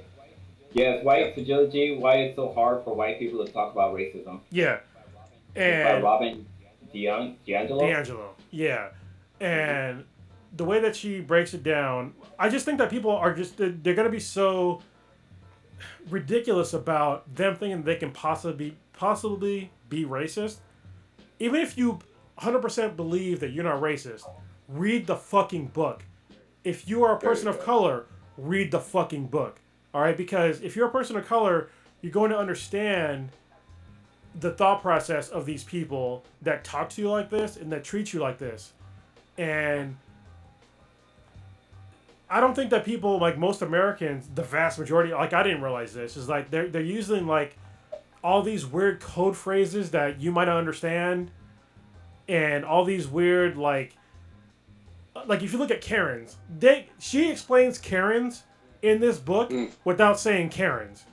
All right, because she wrote the book before Karens even the phrase was coined, but it's basically because Karens exist because white culture tells every single white person in America that things are a certain way and you'll always have the priority over anybody else, especially if you're a European American female. And there's actually a chapter called White Female Tears, which is a fucking excellent chapter, where white female tears in America gives priority over fucking everything. Everything in America, if you look at it. If you look at all these Karen videos and they call the cops, what do? They fake cry. And what happens? Cops come fast as fuck. Alright, and she breaks down exactly why it happens, exactly why it's fucking wrong. But it's amazing to me that people don't even realize that they're part of this racist ass culture and they perpetuate all this racist ass shit. But I was one of them. It's like, I can't really claim innocence on this one. That they're perpetuating this whole racist thing, and then they have the nerve to say that they're not racist. Like they'll say certain shit, like you see it today, like the guy with the Bubba guy from NASCAR. What was the guy's name? Bubba. Yeah, Bubba Wallace. Bubba Wallace. Yeah. There was a guy who owns a track, a white guy, and he was selling Bubba ropes. Oh yeah. Yeah. And he said, "Oh, I didn't know it was racist." Yeah, and his whole demeanor afterwards, like, "Oh, I'm so sorry, I didn't know," blah blah blah. Yeah, the fuck you knew. You're just mad because people are calling you out on it, but you thought you were on top. You know what I mean? That's the reason why, because for you that was status quo, and that's literally the status quo for America, because any European American here in America can walk around all of America and never be assumed that they're not supposed to be in any certain spot. And that is one of the main problems that most people don't seem to realize, especially European Americans here in America, is that you can go anywhere you want, pretty much carte blanche, as long as you're dressed semi-appropriately and nobody's going to question you. But meanwhile, if you're brown skin, they're going to question you. And they have all these weird code phrases. Sorry, Prodigy, go ahead. You're trying to talk. No, I was just you're on a roll. Don't get me wrong, but I was just gonna really quickly mention because you brought up Bubba. When NASCAR put out that fucking picture of it's a fucking news. Yeah. Holy shit! Because the news cycle the day prior was like, oh, we got it wrong, and NASCAR looks silly. They got egg on their face, and this is a juicy Smollett kind of thing.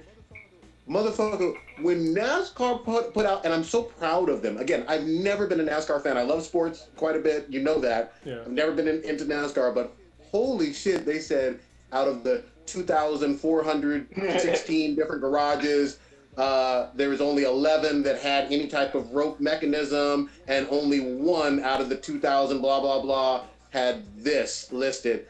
And motherfucker, that was a noose. So I want to point out the fact that people can still deny that that's exactly what it looked like, Well, the thing was awe-inspiring. Well, with him, I mean, obviously, I'm not denying it was obviously a fucking news. But the problem the problem that some people were attaching to is that the news had been there months prior to him like moving into the garage, but it was still a noose. And why the fuck would you need a noose in a goddamn car garage near the fucking door?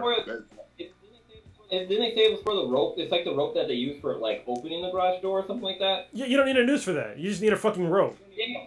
You don't need a noose for that, but I'm just saying. You gotta hang your hand, fucking pulling up the goddamn garage door. Yeah. It's a silly shit. Anyway, yeah, back to the white fragility thing. It's like really understanding the psychology of these people and like how European Americans get so defensive and like crying mad when they get confronted, even gently confronted, even from other people that are European American about this, is like really astounding. Because they want to just keep that fucking chokehold that they're on top. You know what I mean? And they don't even realize it. They're too ignorant to realize that they don't even understand what the fuck they're doing. Because once they get just a little uncomfortable, that they start breaking down like goddamn children, and we see it all the time. And that's why you see Karens. When Karen sees somebody in a park enjoying things, well, a white person should be enjoying this. Why is somebody brown enjoying this? You know what I mean? Or a Karen calling out somebody when somebody's walking in a park with their dog, or fucking, bird watching. Yeah, brown people don't do that. Only people that are Caucasian do this. Like, what? That's their thing, and they want to punish those that are doing it because it's not them doing it. And she goes into way more depth than what I'm talking about, and it's coming from somebody that is European American. All right, so there's literally no excuse. And there's anybody that reads this book. First of all, if you're like a hardcore racist, you're not gonna finish this book at all. You probably won't even get through the fucking first chapter. And if it makes you that uncomfortable, it's a sign that you're probably more than likely definitely a fucking racist. Because these things are gonna hit. It's on my list. Yeah, they're gonna hit home hard for you. Because when I was listening to it, I was like, I'm remembering like interactions with my friends, my good friends, and I'm just like, damn, this ain't looking right good. Now, the book is on Amazon, and for the hard copy, it's only $10. It's cheaper for the hard copy than it is for the Kindle version, but you also can get the audiobook too. So yeah, I got it on audio, and I'll be one quick note on the audiobook. The woman that's reading it is very robotic. So if you don't like robotic, what's up? I'm looking at the reviews, and people are saying like, yeah, whoever's reading it is very like monotone. Yeah, she's crazy monotone. She sounds like a fucking robot. But the information that she's dropping is very important. So if you don't like robotic voices, just read the book. If you're on audiobooks, honestly, I didn't care because the information that was being given to me was far more important than the performance of the audiobook narrator. But also at the same time, maybe that's what she was going for, is to try and sound as neutral as possible while reading the book, because honestly, it's probably very difficult to read what she's saying and not be emotionally attached to the words. Especially because I'm fairly certain the person that read the book is European American. So, yeah. What's interesting, the author have other books too. One's called "Is Everyone Really Equal? An Introduction to Key Concepts in Social Justice Education." And then another book is called "What Does It Mean to Be White? Developing White Racial Literacy." Yeah. Revised edition. Well, this is one of the reasons why I really like the book is like way later in the book. It's like near the end, is that the actual writer, the author, gives examples. Even after she's been through diversity training, she trains people to be more diverse in corporations, and she still gives stories after she's been diversely trained and has like actual people of color friends that she's actually really good friends with, where she fucked up. Yeah. And she's like, going forward, she gives stories of where she messed up, and she's like, listen, if you mess up and you do something that offends somebody of color, you need to listen to them and not dismiss them and tell like, hey, listen, I'm going to listen to what you're saying, and I'm going to actually not be offended by what you're saying. Because this is what happens to like most people of color, is that when you tell somebody that, hey, what you just said sounds racist to me and you're kind of offending me, And what does the European American do? Get defensive. They get more defensive and more angry than you were. Is that an appropriate fucking stance to do anything? It's childish as fuck. And so she breaks down like, hey, anytime I say anything uncomfortable to you or you think it's offensive, talk to me and we'll have a immediate back and forth, and I will correct my actions going forward. And she's very honest about it. And I think that was like crazy refreshing for me to hear.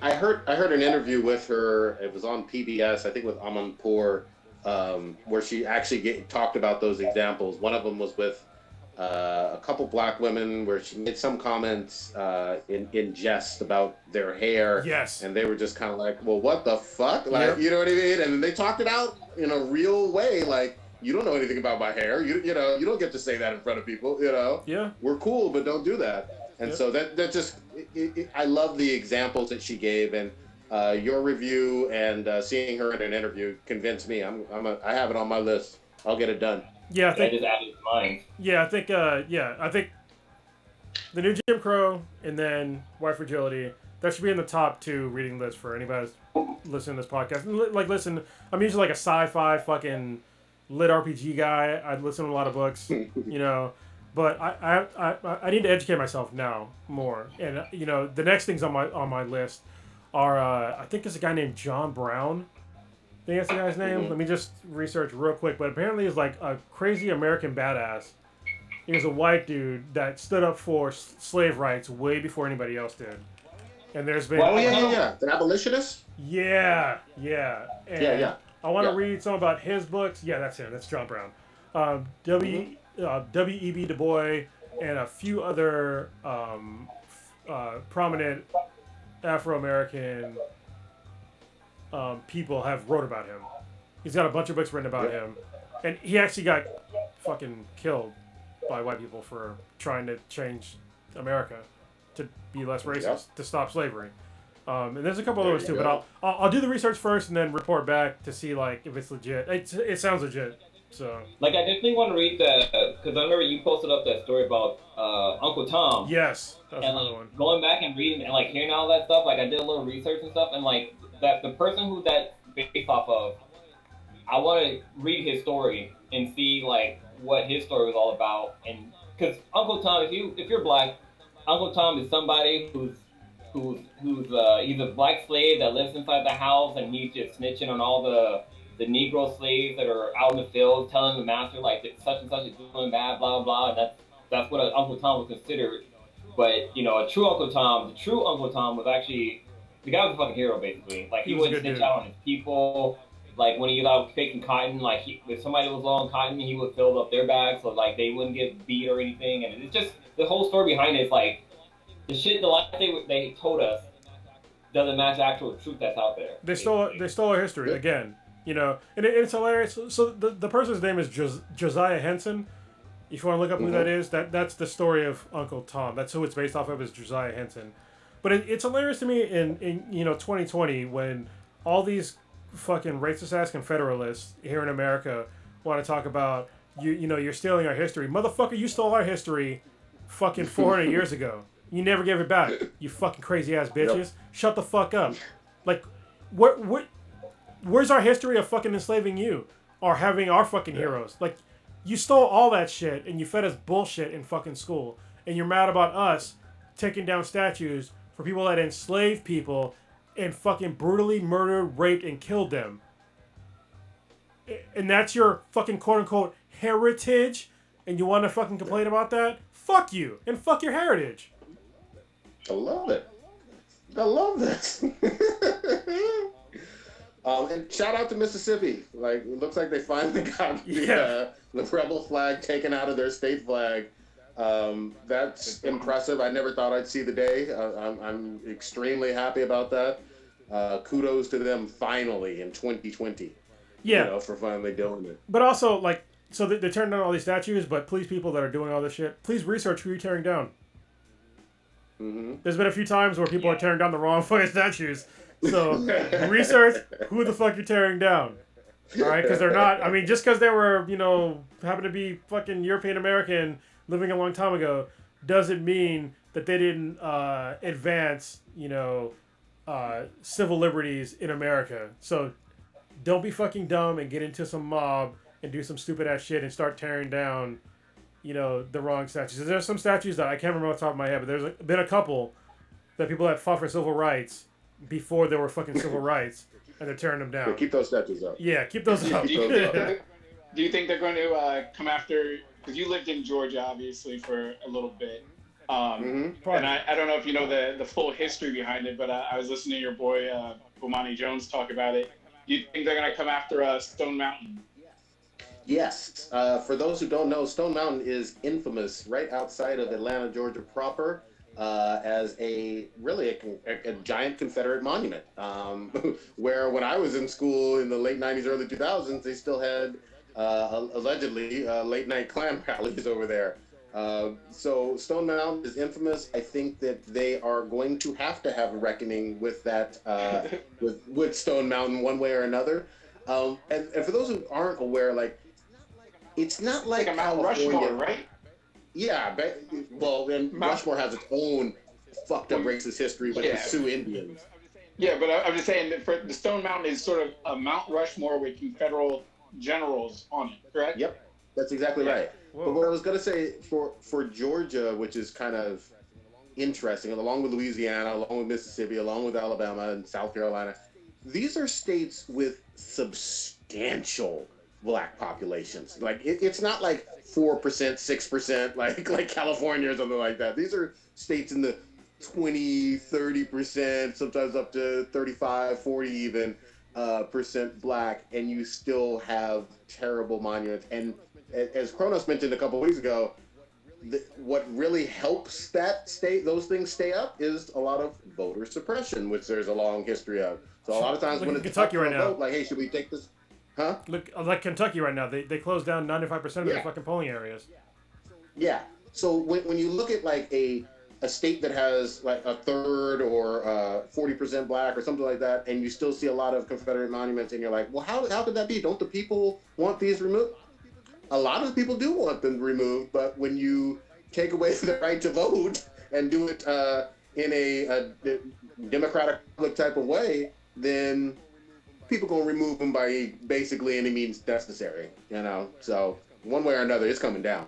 Yeah, there's no excuses for this shit anymore. Previously I would have been maybe a little bit more apprehensive on the speed that they're coming down, because obviously there's some casualties. Okay, so I don't want to discount casualties, because there's gonna be some person that's listening to this that made it this far somehow, with the same mindset of, oh, what about these people that, got killed, or, these certain monuments that got taken down by, which I just talked about. But it's like, listen, all right, we've been fucked over. Not even just us, okay? It's not about just fucking black people, all right? I'm concerned about more than just black people, all right? Native Americans are still getting fucked today. Oh, yeah. Mexican Americans are still getting fucked today. Asian Americans still getting fucked today. They're still getting fucking spit on and fucking beat up for goddamn COVID-19, all that shit. We're all minorities. We're all on this shit together. All right? We've had collectively enough. All right? And the fact that, a certain portion of us, African Americans are coming up and be like, hey, this is enough, and people are getting on board finally. But I fully expect that the rest of these people that are fucking marginalized as well, they're gonna come for their shit too. You know what I mean? Like their fucking chickens should come home to roost, along with our fucking issues. Like, to me, it's not just our issues. It's all this shit needs to fucking because it all comes down. If you're wondering why this is all happening, it's white supremacist bullshit. That's why it's happening. Yep. Because we've been dealing with and dismissing white supremacy here in America for the longest time. We have a fucking president that is out there that's dog whistling in ways that I'm totally recognizing now with the fucking Law and Order bullshit and fucking. He's always doing it. You loot, we shoot, all these fucking other old ass terms. Go ahead. It ain't even dog whistling anymore. Well, no, but to European Americans, it's not. They don't hear it, so it is dog whistling because they don't understand the history. But I think what Stitch is alluding to, and it's actually on our docket. To me, on Sunday, literally, he tweeted out at one of his supporters yelling "white power." Like that is overt. Yeah, and I saw it. Direct and in your face as you could possibly get. That's literally him saying, "Fuck everybody, black, brown, yellow, whatever. White power is what we're about." And it was 8 seconds in. Like, how the fuck you missed that? He said it twice. Yeah. And it stayed up for hours. It became a big deal. I don't give him any credit for, he took it down. Nah, motherfucker. No. How are you the president of the United States? He didn't apologize. Yeah. I mean, bare minimum is an apology, right? That's bare minimum. Yeah. There's no apology. Like, also, what he said about all lives matters, calling them racist. Black Lives Matter. Call them racist. You're talking about Black Lives Matter. He said that it was hate speech. Yeah, he's saying it was hate speech, but then also what he said about, like, with all the monuments coming down, saying that the statues and stuff are art, the artwork, they're beautiful, they need to stay up, and it's American history, and, like, if black people aren't happy with it, we can just go back to the old ways or something like that. It's like, did you really fucking say that? Like, bruh. Because it's a racist. I mean, it's like, his whole, like, phrase, "Make America Great Again." Like, to what point, motherfucker? What point? Never been great. Like, when was America great for brown people? Before this point? When was it greater? Yep. Where are we going back to? You going back to the 60s? You going back to the 50s, the 40s? It keeps getting fucking worse for us, motherfucker. Like, seriously. Yeah. That's why this whole phrase, that phrase is deeply offensive to a lot of people. It's not offensive. This goes back to, like, the white culture thing. Because they can ignore it. Like, if somebody's Caucasian or European American, however the fuck you want to call them, that listens to Make America Great Again, it's like, what are you talking about? Because to you, it might have been great 50 years ago, but for me, guess what? I had no fucking rights. If I lived 50 years ago, I had far less rights than you did. I'm getting fucking... I gotta drink from a different fountain from you. I have to fucking get bitten by dogs or sprayed by fucking other bullshit, go to different schools. But you don't even fucking see that. You're just like, yeah, Make America Great Again. Sounds fucking great. Fuck you. I'm also going to say this because, well, it's no longer June, but now we're in July. But the other thing, too, is even for white Americans who happen to be lesbian or gay, you know, you couldn't have any state-sponsored job. You couldn't work in Hollywood. You couldn't be a writer. Like, you were blackballed to even being white and quote-unquote passing as straight. If you were suspected of being a communist, suspected of being, again, lesbian or gay, you would be discriminated too. So there's a whole bunch of people. You couldn't even get married. 60s, back in the day. Huh? Yeah, I said you couldn't even get married. They just literally were able to get married in all 50 states within our lifetime. Like, that shit was very recent. Yeah, and they're still fighting it. They're still fighting it to this day. That's the crazy part. They just fought literally, like, last week about it again. And I'm like, how is this possible? You want to take rights away from people to this day? Like, why do you care what they're doing in their bedroom? I don't care what you're doing in your bedroom. I really don't. You could, as long as it's consensual, I don't care what the fuck you're doing in your bedroom. Yeah. Actually, I did a quick Google search I went to Google and asked, when was America great?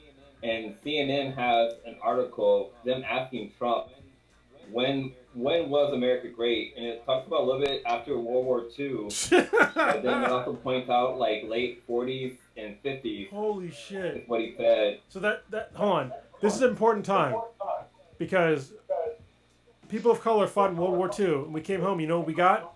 Fucking nothing. We didn't get the same rights as everybody. We didn't get the same benefits as everybody else did. I know this because I'm a goddamn Marine. All right, so we didn't get the GI Bill. We didn't get any of that fucking shit when we came home. We got fucking shit on. And where do we go back to? The fucking ghettos because of fucking redlining. This is the shit I'm talking about. This hidden history where...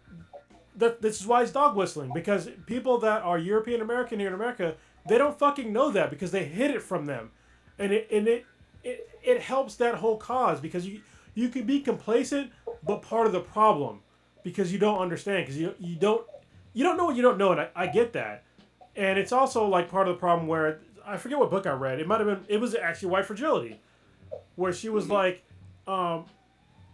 if you ask a black person help in these times and like how to be less racist, why are you putting it on them? Yeah. And don't get me wrong, there's a whole bunch of people that have talked to me privately that's like, hey, what can I do to help? And I've given them help. You come to me for help. All right, I will help you as the best that I can. However, do not expect the same reaction from everybody from color, because a lot of us are fucking tired.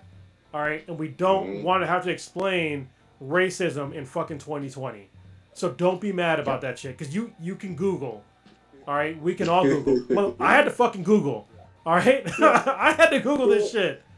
The amazing thing though about this time is that the best sellers right now are books on anti-racism. Yes. And so I'm happy to see that. We talked about some of them in detail now. Some of them are older books that came out a few years ago, but they're back on the bestseller list, which is awesome to see. So a lot of people are paying attention, and a lot of people are doing more of their reading now. But there's such a mountain of information that it's going to take some time. But I salute everybody who's reading more and educating themselves and talking about this kind of stuff.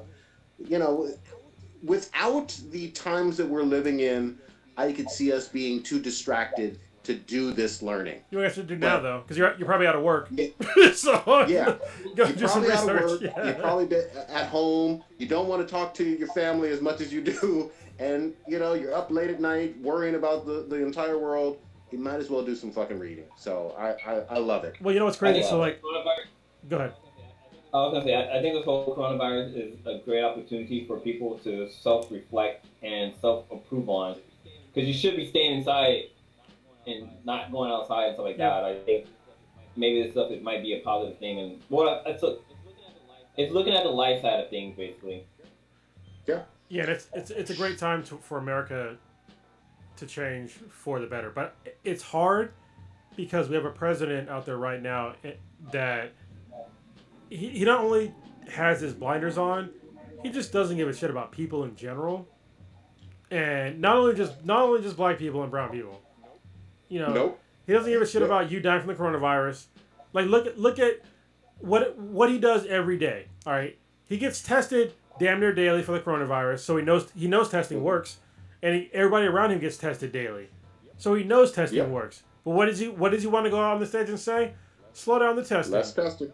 Slow down the testing, because he doesn't give a shit about you. He just wants him and his family to be healthy, and for him to continue to gather wealth and power and to pass down his wealth and power to his children.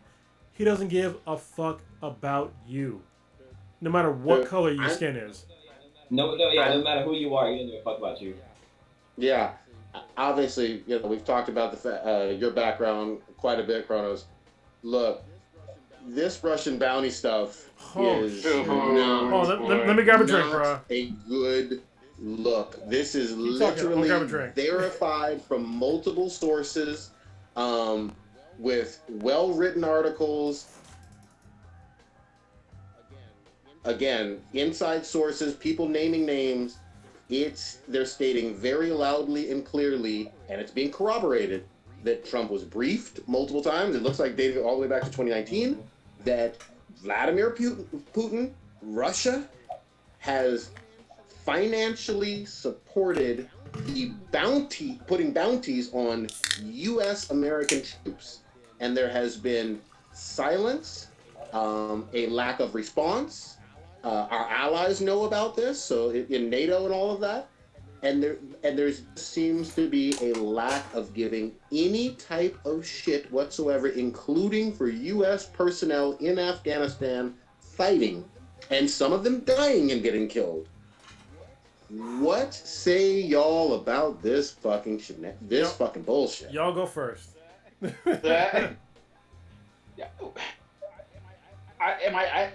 getting to the point where I'm like numb to it. It's like, how many times do we have to keep saying over and over and over again that this dude, he doesn't give a fuck, he's not going to give a fuck, and you can't change people's minds. It's like you're punching a brick wall with your fist nonstop over and over again. It's like, it's just another week of something more despicable comes out, and he just doesn't care.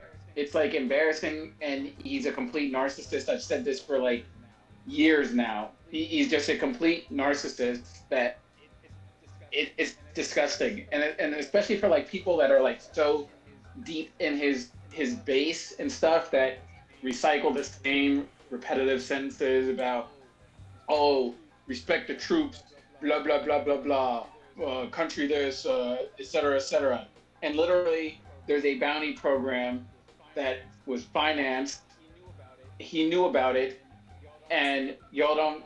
Where's your visceral reaction to it? You're still pissed off that a quarterback's going to take a knee on a football field on a Sunday, but don't give any fucks that this guy's putting your loved ones in harm's way, and has got a money system going on that he's been completely aware about and doesn't care about it. It's like, I saw something not funny, but if Bin Laden was around, like, would he have been cool with Bin Laden if it had served him right? Like, in terms of like putting money in his pockets and stuff. It's like, when no, will because he Bin Laden was brown. do something that is? Bin Laden was brown, Yeah, so no. Well, even Kim Jong Il, I can never pronounce the last part of it. Il? Yeah, I mean, his he was skin's cool not with him that for brown. a little, for some stuff, and he's a dictator. It's just mind blowing to me, and it's just like, I just try to see these people's reactions that so blindly defend him, and they either try to say it's fake, or they just pull at any string that they can to try to make it seem like it was just made up, or it doesn't exist, or anything, and it's just like willful ignorance, or just a complete negligence of your duty to be like, oh, I wasn't briefed on it. I didn't read the briefings. That's your fucking job. Like, what are you supposed to be doing? Like, it blows my mind. Like, I don't even know. Blue, Blue, you got something on it? Well, I don't have nothing on it, but I'm just trying to find out why All Life Matters is trending on Twitter. But one thing it's that K-pop, man. I told you, it's K-pop.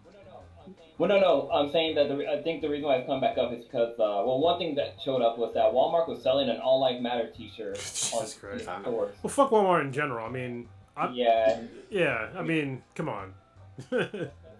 even before that shit, fuck Walmart. I've only shopped at Walmart like maybe twice in my entire life, and they are very undesirable experiences, and I will never go back. I mean, unless literally every fucking store closed and I needed an essential item, I'm not going to fucking Walmart. Because literally the dregs of society shop there, and the people that own that place are fucking bad people. There you go. They also were selling other shirts like Blue Lives Matter shirts and stuff too. Yeah, it's fuck all that shit. Yeah. But regarding the hit, regarding the hit, like, yeah, I mean, the government knew, and they didn't fucking like try to watch their soldiers out there on the field. It's kind of like, oh, I mean, fuck them basically. And like, I think having some people been killed because of it, right? Yeah, they definitely paid out. They paid out bounties, and they have the actual account numbers and showing how it leads back to Russia. So, no matter what kind of spin that the White House tries to put on this, it's nonsense. My thoughts on it. Listen, Trump has been how do I put this? Actually, no, fuck that. I'm not even gonna. I've been drinking. I don't give a fuck. He's been a piece of shit with the military for a long time, and it's very disgraceful that some of my brothers and sisters in arms still defend this dude concerning the military.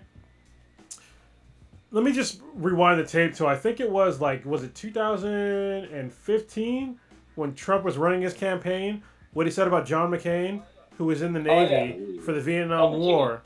Yeah. All right, so John McCain is a fucking war hero. Anybody that says anything different, you're a clown. All right, you're a clown. Mm-hmm. And what the then candidate Trump said about John McCain was that he was a war hero because he was captured. I like people who weren't captured. And he said he called him a loser for failing to win the White House in 2008. And he said he let us down. He lost and he let us down. I never liked him after that. So he called him. He said like people that weren't captured. Listen. Not only was John McCain captured, he was tortured by the Viet Cong in such a manner to where he couldn't raise his arms up beyond his shoulder height. After that, okay? This is a man who sacrificed for his country. And honestly, I'm not a Republican. You know, I don't agree with all of John McCain's policies even back then. I actually might have voted for him back then, but he fucked up with Sarah, whatever the fuck her name was. Palin. Sarah Palin, yeah. Because I think back then I was leaning Republican side. But anyway, neither here nor there. But the guy, he fought in a war, and he got captured and got really fucked up that affected his entire... He suffered for the rest of his life for his country. Meanwhile, Mr. Bone Spurs never joined the military, never did anything for his country besides make some profit, and he wants to sit there and talk about a man who was a war hero, who fought for his country, and was tortured and suffered the rest of his life. And he so flippantly disregarded that, and people in the military still want to support this dude. Like, that's okay with you? Like, seriously? And he's also done other disparaging things for people in the military as well. Like, that's not his only discrepancy with the military. Like, he wants to claim things about the ability to choose different doctors if you're in the if you're in the VA system. Yeah, but that's actually what President Obama did, and it's actually not a very popular program because most people can't use it. And I know many veterans that can't use it because they're disqualified from using it, or because the VA pulls them into the system and they make it so that you can't get out of the system to use a separate doctor. So first of all, it wasn't what he actually put forward. So he's stealing a program that President Obama put forward and passed. And also, secondly, it's a program that is not very successful. All right, and I haven't seen the rate of suicides from my brothers and sisters go down since he's been president. As far as I know, to this day, it's still around 20 people a day that are dying because of wars that are still going on. Has he stopped those wars? No, he fucking hasn't. You know what I mean? So if you want to talk about actually caring about the people in the military, why don't you fucking show it besides your bullshit platitudes? But you don't care. Just come out and say you don't care. Because I know you don't care. You put in less than the normal effort for us. And it's disgusting that I still have people that are out there. They're like, yeah, he's fucking great. Love this guy. But we're still dying. On both ends. To me, I mean, I can go back to, Reagan or Bush the one, or even prior to that, in the Nam era, all of those other time periods. Russian, if this had happened with pretty much any other president, Russia confirming that they've paid out bounties for U.S. Soldiers being killed. Look, this should basically start another, justifiable war. Bare minimum, some hardcore sanctions. Oh yeah. And he's recommended very recently for them to rejoin the G7. He's giving them it's for money. Gift baskets basically. Yeah. When you're giving out bounties for U.S. soldiers being this is inexcusable and one of the most disgusting things I've ever fucking seen in my life. Yeah, meanwhile... No excuses. Yeah, I mean... Jesus Christ. What was that guy's name? I forget the dude's name. There we go.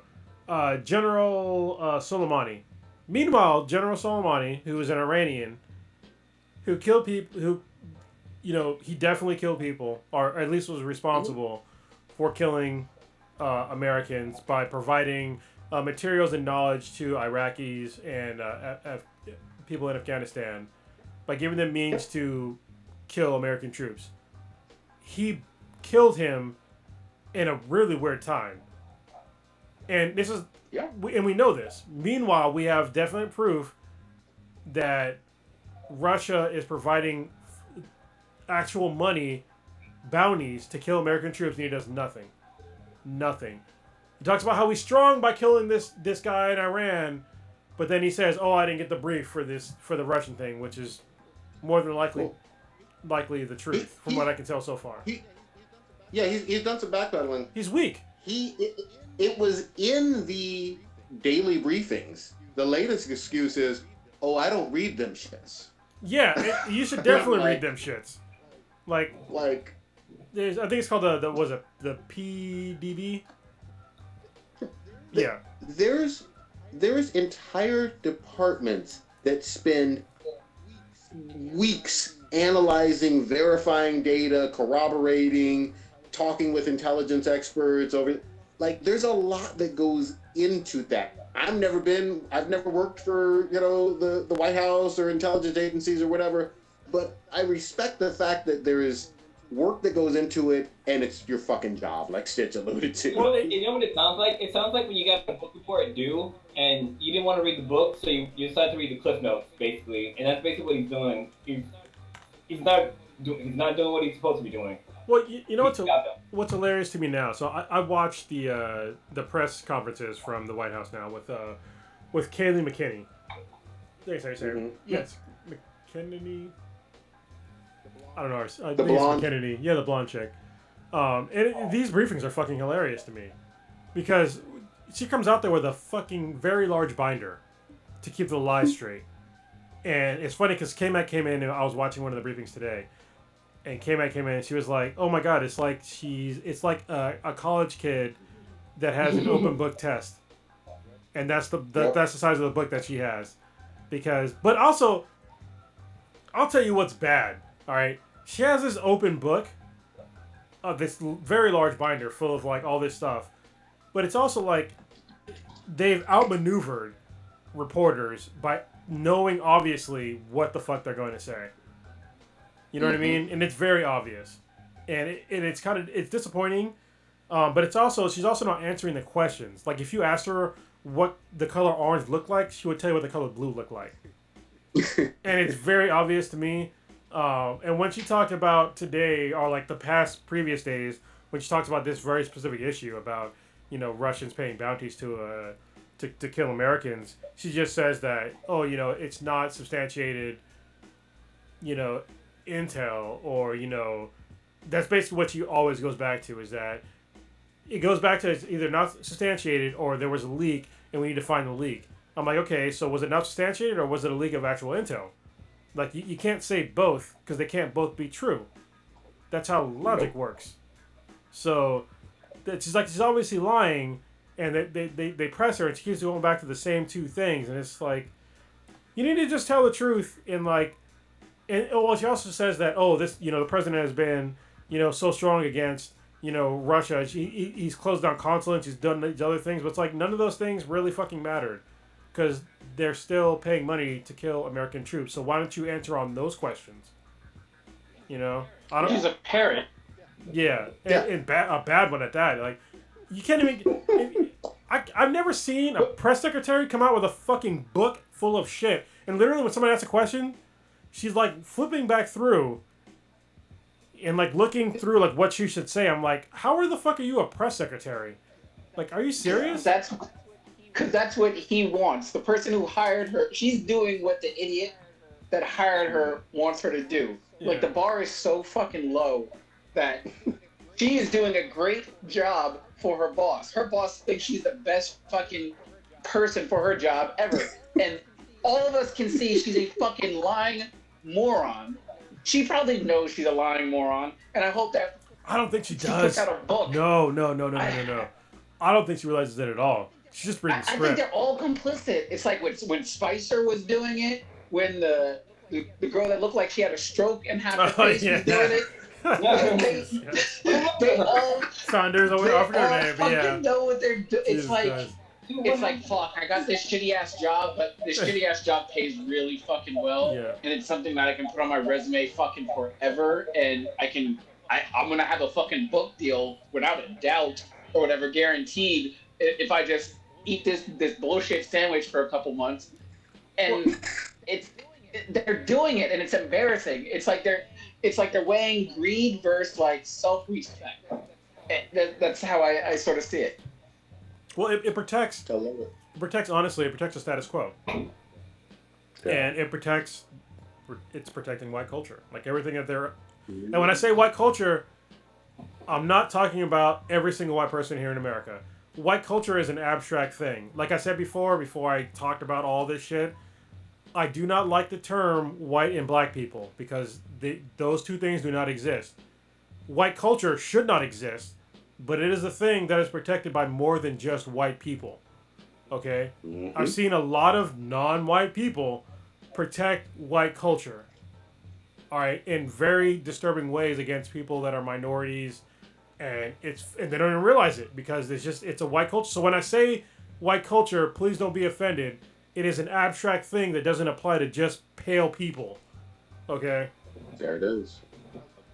I love this. I would additionally say it does circle back to greed. I mean, we see clowns like Candace Owens and those fucking moron twins that are out there. They're filling that role of the black guy that agrees with the ridiculousness or the policies or their viewpoints, and it gives them some sort of validation for their things because this black person also agrees with what I'm saying, so therefore it's got to be true because a black person agrees with it. Well, that's what's embarrassing about at least me is that some of the things that Candace Owens said, and other people of color that said about certain issues, I was like, I'm kind of on board, but now I'm just like, oh, fuck no, I'm not. Now that I'm like educating myself on these things, it's like you are parroting all the wrong shit. I think we talked about it in the chat. Did we talk about it on the podcast about white on white versus black on black crime?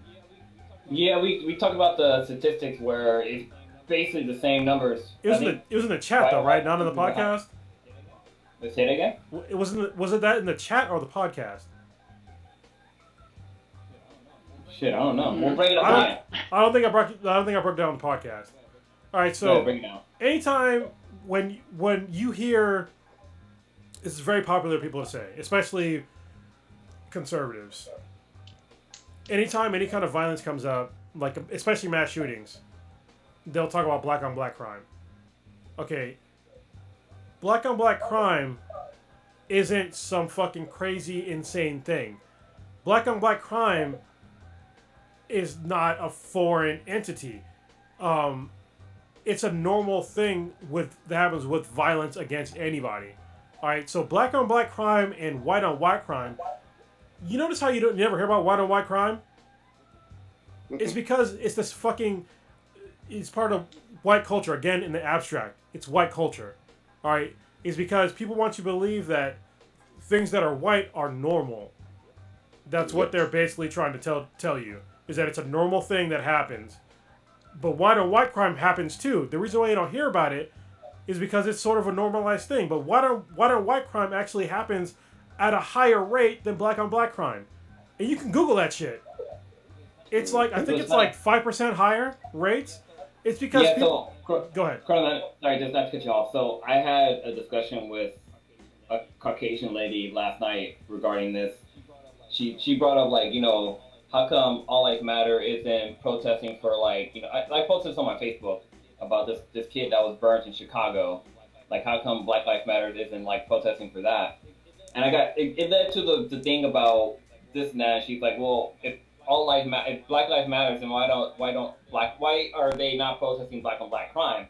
And I brought up the whole fact that, well, white on white crime is way higher than black on black crime. And I actually shared an FBI statistic it's out there. that showed that. I just posted it in the chat right now too. So this is just for homicide. So for homicide, white on white murders are higher than black on black murders, but it's very slightly. And this is from a study from 2018, so it's a little bit dated, but like the numbers are there, and this is from our government. Well, the reason why that ethnic group versus ethnic group crime happens is because people have this really weird misconception that people will leave their neighborhoods to kill people that don't look like them. That very rarely happens. And if you look at actual white on black crime, like white on black homicides, that's higher. So why don't you see that shit? Because they make the whole white culture thing normalized here in America, and you can look up the numbers. I mean, that's how it breaks down. Because they want you to believe that, that we're the boogeyman. that we're dangerous people, that we're all violent, but that's not the case. And it's fucking bullshit. I'm tired of hearing it. The main thing is that people don't seem to realize is that most of America is still segregated. We still are, and that's the main issue. And so when you have a segregated community, when you get mad at somebody, it's probably somebody that you fucking know. When you want to kill somebody, it's probably somebody that you fucking know. You know what I mean? And so it's probably somebody that looks like you, because most of these places that have high crime rates are poor people that look like you. Yeah. It doesn't matter what color your skin is. And the data suggests that. Can I add just one quick thing? One of the books that opened up my eyes to the whole redlining and some mythology with communities was that Color of Law by Richard Rothstein, I think was his name. Right. But anyway, the thing about it was there was always this myth that I had heard my entire life, and you guys have probably heard it too, that there was this exodus of white flight from inner cities, and that's what created large communities that were only black and brown, and the suburbs being white, right? Yeah. I mean, they put us there. So that's bullshit. Yeah.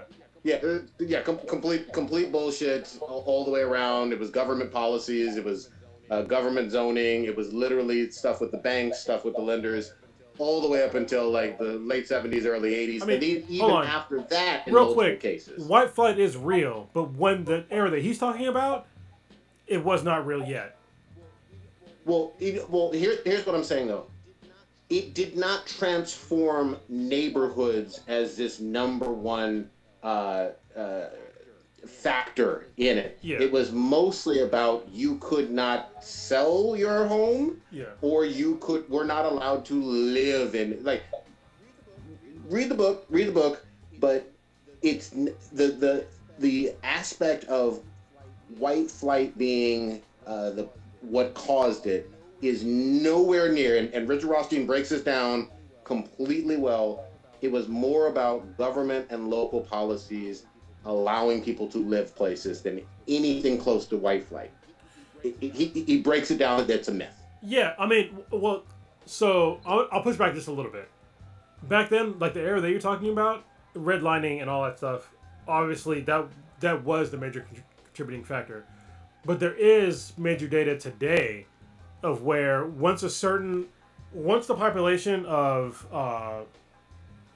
brown people reaches a certain percentage, there is white flight, and there is data to support that. But that's today. It wasn't 50 fucking years ago. 50 years ago, we were forced to live in a certain area.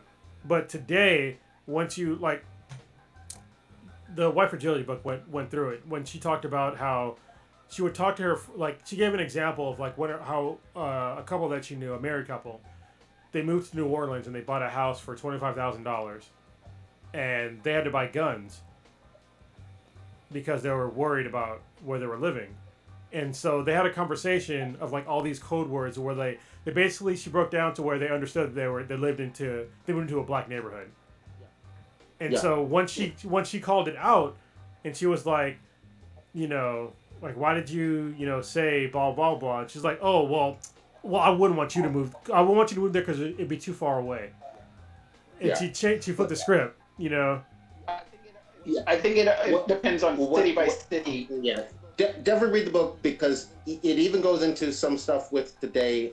Well, what is the name of the book again? So I got to write down. Yeah, mostly about economics being the biggest factor. Like, yes, you're going to have people of the same income in general living in the same neighborhood, but you should have an ethnically diverse but still income kind of specific living in that neighborhood. What's the name of the book again? It's The Color of Law. In fact, I still have it. I'll bring it. I'll drop it. No, I got it. It's already. I'm about to download it right now. It's by Richard Rothstein, right? Yep, Rothstein. All right, grab it right now. But you know what? I'll say this. Should we wrap this one up for tonight? We can go on and on, but I feel like we've dropped some serious awesomeness. We've got to research so much stuff.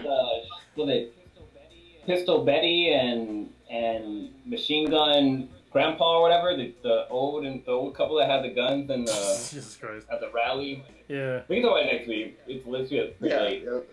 We could save it because I love the memes about them. Stitch, what you got popping this week? Oh, we're already. Oh shit, we went. All right. I guess we're ending it. You thought we could go forever. Oh, I didn't realize it was already like 2 hours and 20 minutes in. Yeah, that's fine. Yeah. Yeah. Just chilling, relaxing, staying inside and everything. I talked with you about doing another sort of interview, and kind of continue on our whole Black History lessons. We had that really awesome conversation with Mama French. You guys have a question about There's a question from Mama French. Oh. Give me 1 second. Oh. Just bullshit for a minute, and I will tell you the actual question. So it's actually from a. I got it now. Mama French, do you sit on the Alabama A&M side at the Magic City Classic? And that is from a relative by me and Prodigy. Okay. So I'll put it in the chat. So yeah. Thank you. I forget where was that. Oh, so yeah, so we had our one interview with Mama French. So this one I kind of have 3 people lined up, and I kind of want to have a discussion on HBCU and sort of educate people on that whole college life and everything. Obviously, Prodigy went there. Your mom went to an HBCU, and so did my sister as well. So I kind of wanted to sort of get people's do a couple little interviews and get my questions together and try to put something together and then educate the people on the HBCU experience. A lot of people that just don't know about HBCUs, whether they've lived in areas that don't have them or just non-familiar with them at all, just assume it's just a black-only college or something like that, and just don't know anything about what it is that goes on there. So I just wanted to put out a little interview, just going behind your reasoning by going there and some of the experiences that you guys had, both as your mom's generation, your being our age, my sister being a female, and just sort of compare and contrast and educate people in general. Cool. Blue, what you got? I'm definitely continuing my guitar lessons. Like, it's kind of cool seeing like how I'm progressing. Like, there's actually songs I know how to play, and it's kind of cool to be able to like strum stuff and be like, oh shit, this is like actual songs that I'm playing. But I'm definitely doing that. Still got some yard work I need to do to the house. We have like a tree on our side of our house is dead, so I need to like take it down before it starts getting like fucking termites and shit. Like, you need a chainsaw? Huh? You need a chainsaw? No, it's pretty thin. I can use like just a regular like jigsaw, whatever. Okay. Yeah, it's real thin, so it's been dead for a while, so it's pretty fucking brittle. But I'm working on that.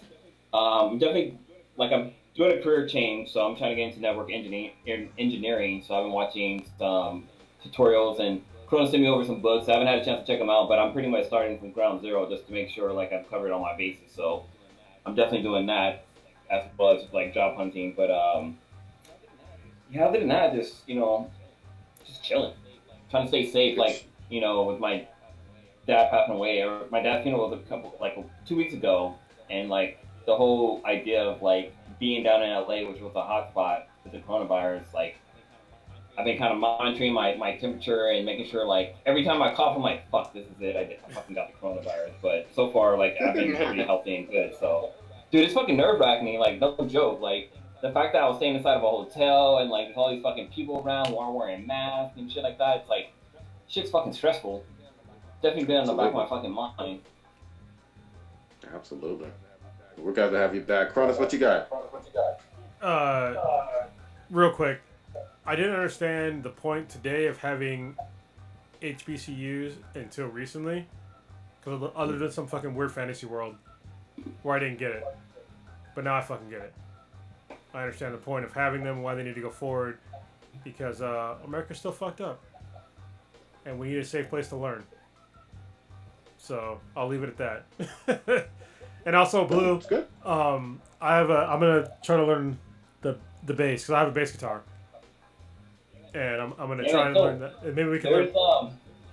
there's an app I've been using called Musician.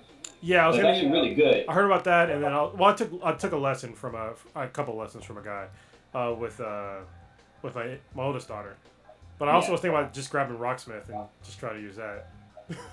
So, You can just keep playing The Last of Us. yeah, I could. You could play real songs in that shit. I was like, holy shit. Dude, when I saw the video that you posted of her playing the guitar, I'm like, wow, like she's actually playing like actual notes. Oh yeah, yeah. I knew Like, when I was playing like the actual part. Even when we first started playing, I was like, oh, they're really playing the guitar, and I was like, that's really cool. And I didn't know that somebody would actually take the time to like really play songs on that, but they did because the world and the coronavirus, people have more time on their hands. Anyway, my youngest daughter, she started back up school today, so Very nice. that was a huge deal. Very stressful, but hopefully everything will work out. I'll take her back tomorrow and Friday, because she needs to be socialized again and like learning again. She needs like every opportunity that she can to like be ahead of people. You know, I'm realizing that now. It's like I need to keep her ahead. So, Yep. because I don't want her to be behind. And well, you already know what I'm gonna say, but she needs to stay ahead. She's already smart. Just need to keep her ahead. Absolutely. That's what.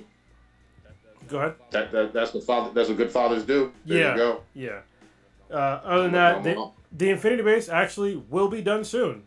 I can say that with Very certainty nice. now, because the doors, because we had to redo the doors so they can be more secure. Because when I eventually move the office into there and the podcast studio into there, it's gonna be full of a lot of expensive shit.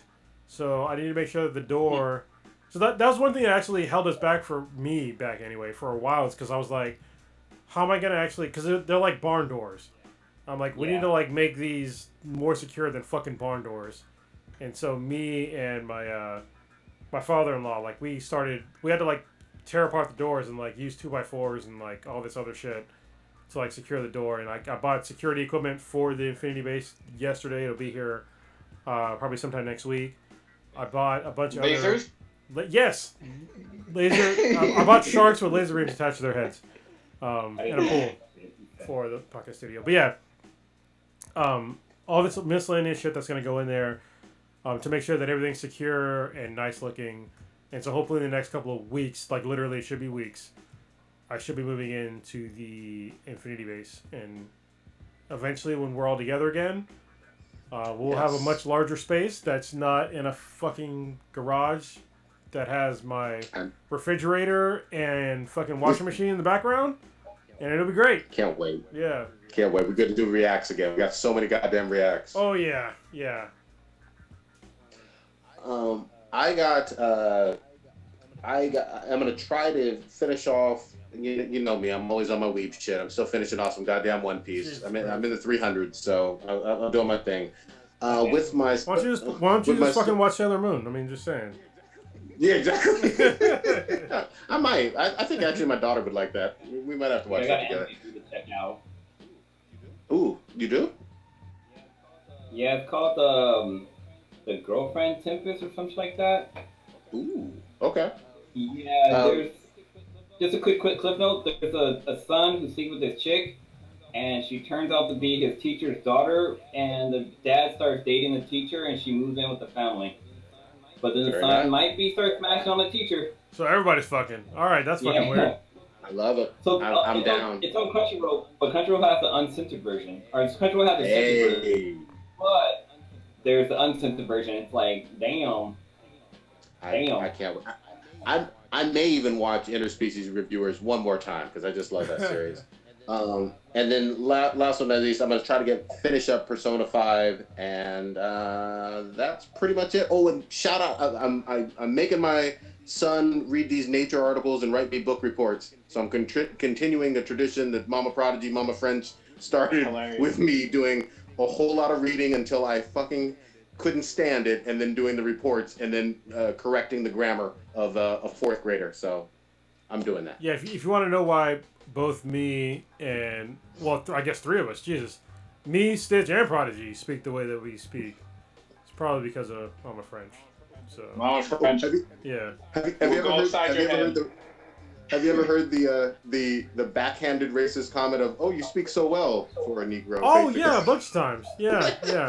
And even not hold on, but not even just from that side, but it's also from the other side. Yeah. Why do you speak Oh, white? And I'm just like, Even, what like, the if you- fuck? Like, if you go back and watch Fresh Prince of Bel-Air, like, that's like a clear example. Like, when Will Smith first meets Carlton, Mm-hmm. he's like, what's wrong with you? Like, he's questioning the way he acts, and he's like, Will, how am I acting? Like, I'm just acting like me. And that's like one clear example of how, like, we, as black people, we kind of bring each other down because we don't talk ghetto, basically, or with It's slang. Or it's crab mentality. Yeah. I almost got in trouble one time at work when I was doing dispatch because I went to like a different I went to a training meeting class or whatever, and one of the 911 dispatchers from a different agency who I had talked to all the time over the phone and on the radio, they finally saw what I looked like from hearing my voice, and they made that comment, and I was so close to just going off on them, but I was like, this is not the time nor the place. Yep. I want company dollar. I was like, and it was so funny because like a couple of my my white coworkers that I work with, they could see like my eyeball twitch, and they're like, oh shit, y'all fucked up. But yeah. Well, that's Kill Bill theme going on. And it's, if y'all are wondering, that's racism on both ends. The fucking European American and African American side. It's straight up fucking racist. Yeah. What the fuck am I supposed to sound like? Yeah, it was a black lady that said it to me, and I was like, you Yeah. must be fucking kidding me. Yeah, it's perpetuating fucking nonsense. Yeah. Yep. Crab The mentality. anime I was talking about is called Domestic Girlfriend. I'm writing it It's down. on Crunchyroll. Yeah, but the adult version is worth watching too. Is that on Pornhub? You know I'm gonna find the adult version. It's you know, on Pornhub? You know I'm all about that. Oh, it's on there. Okay, alright. There you go. Uncensored Pornhub. There you go. You know I love the weed porn. Come on now. All right, take us on out. Who's taking us out? You're listening to usually we have Black old and men. Black Times Infinity. We're the biggest podcast out there. You can check us out on iTunes, Stitcher Radio, wherever you listen to your podcast. You can find us. Go support us, like us, give us reviews on Apple. Rate us, show us some love, and let us know what you like, what you don't like. Give us some feedback, and we'll interact with you. Reach out to us on Twitter, Instagram, Facebook, and put in your questions.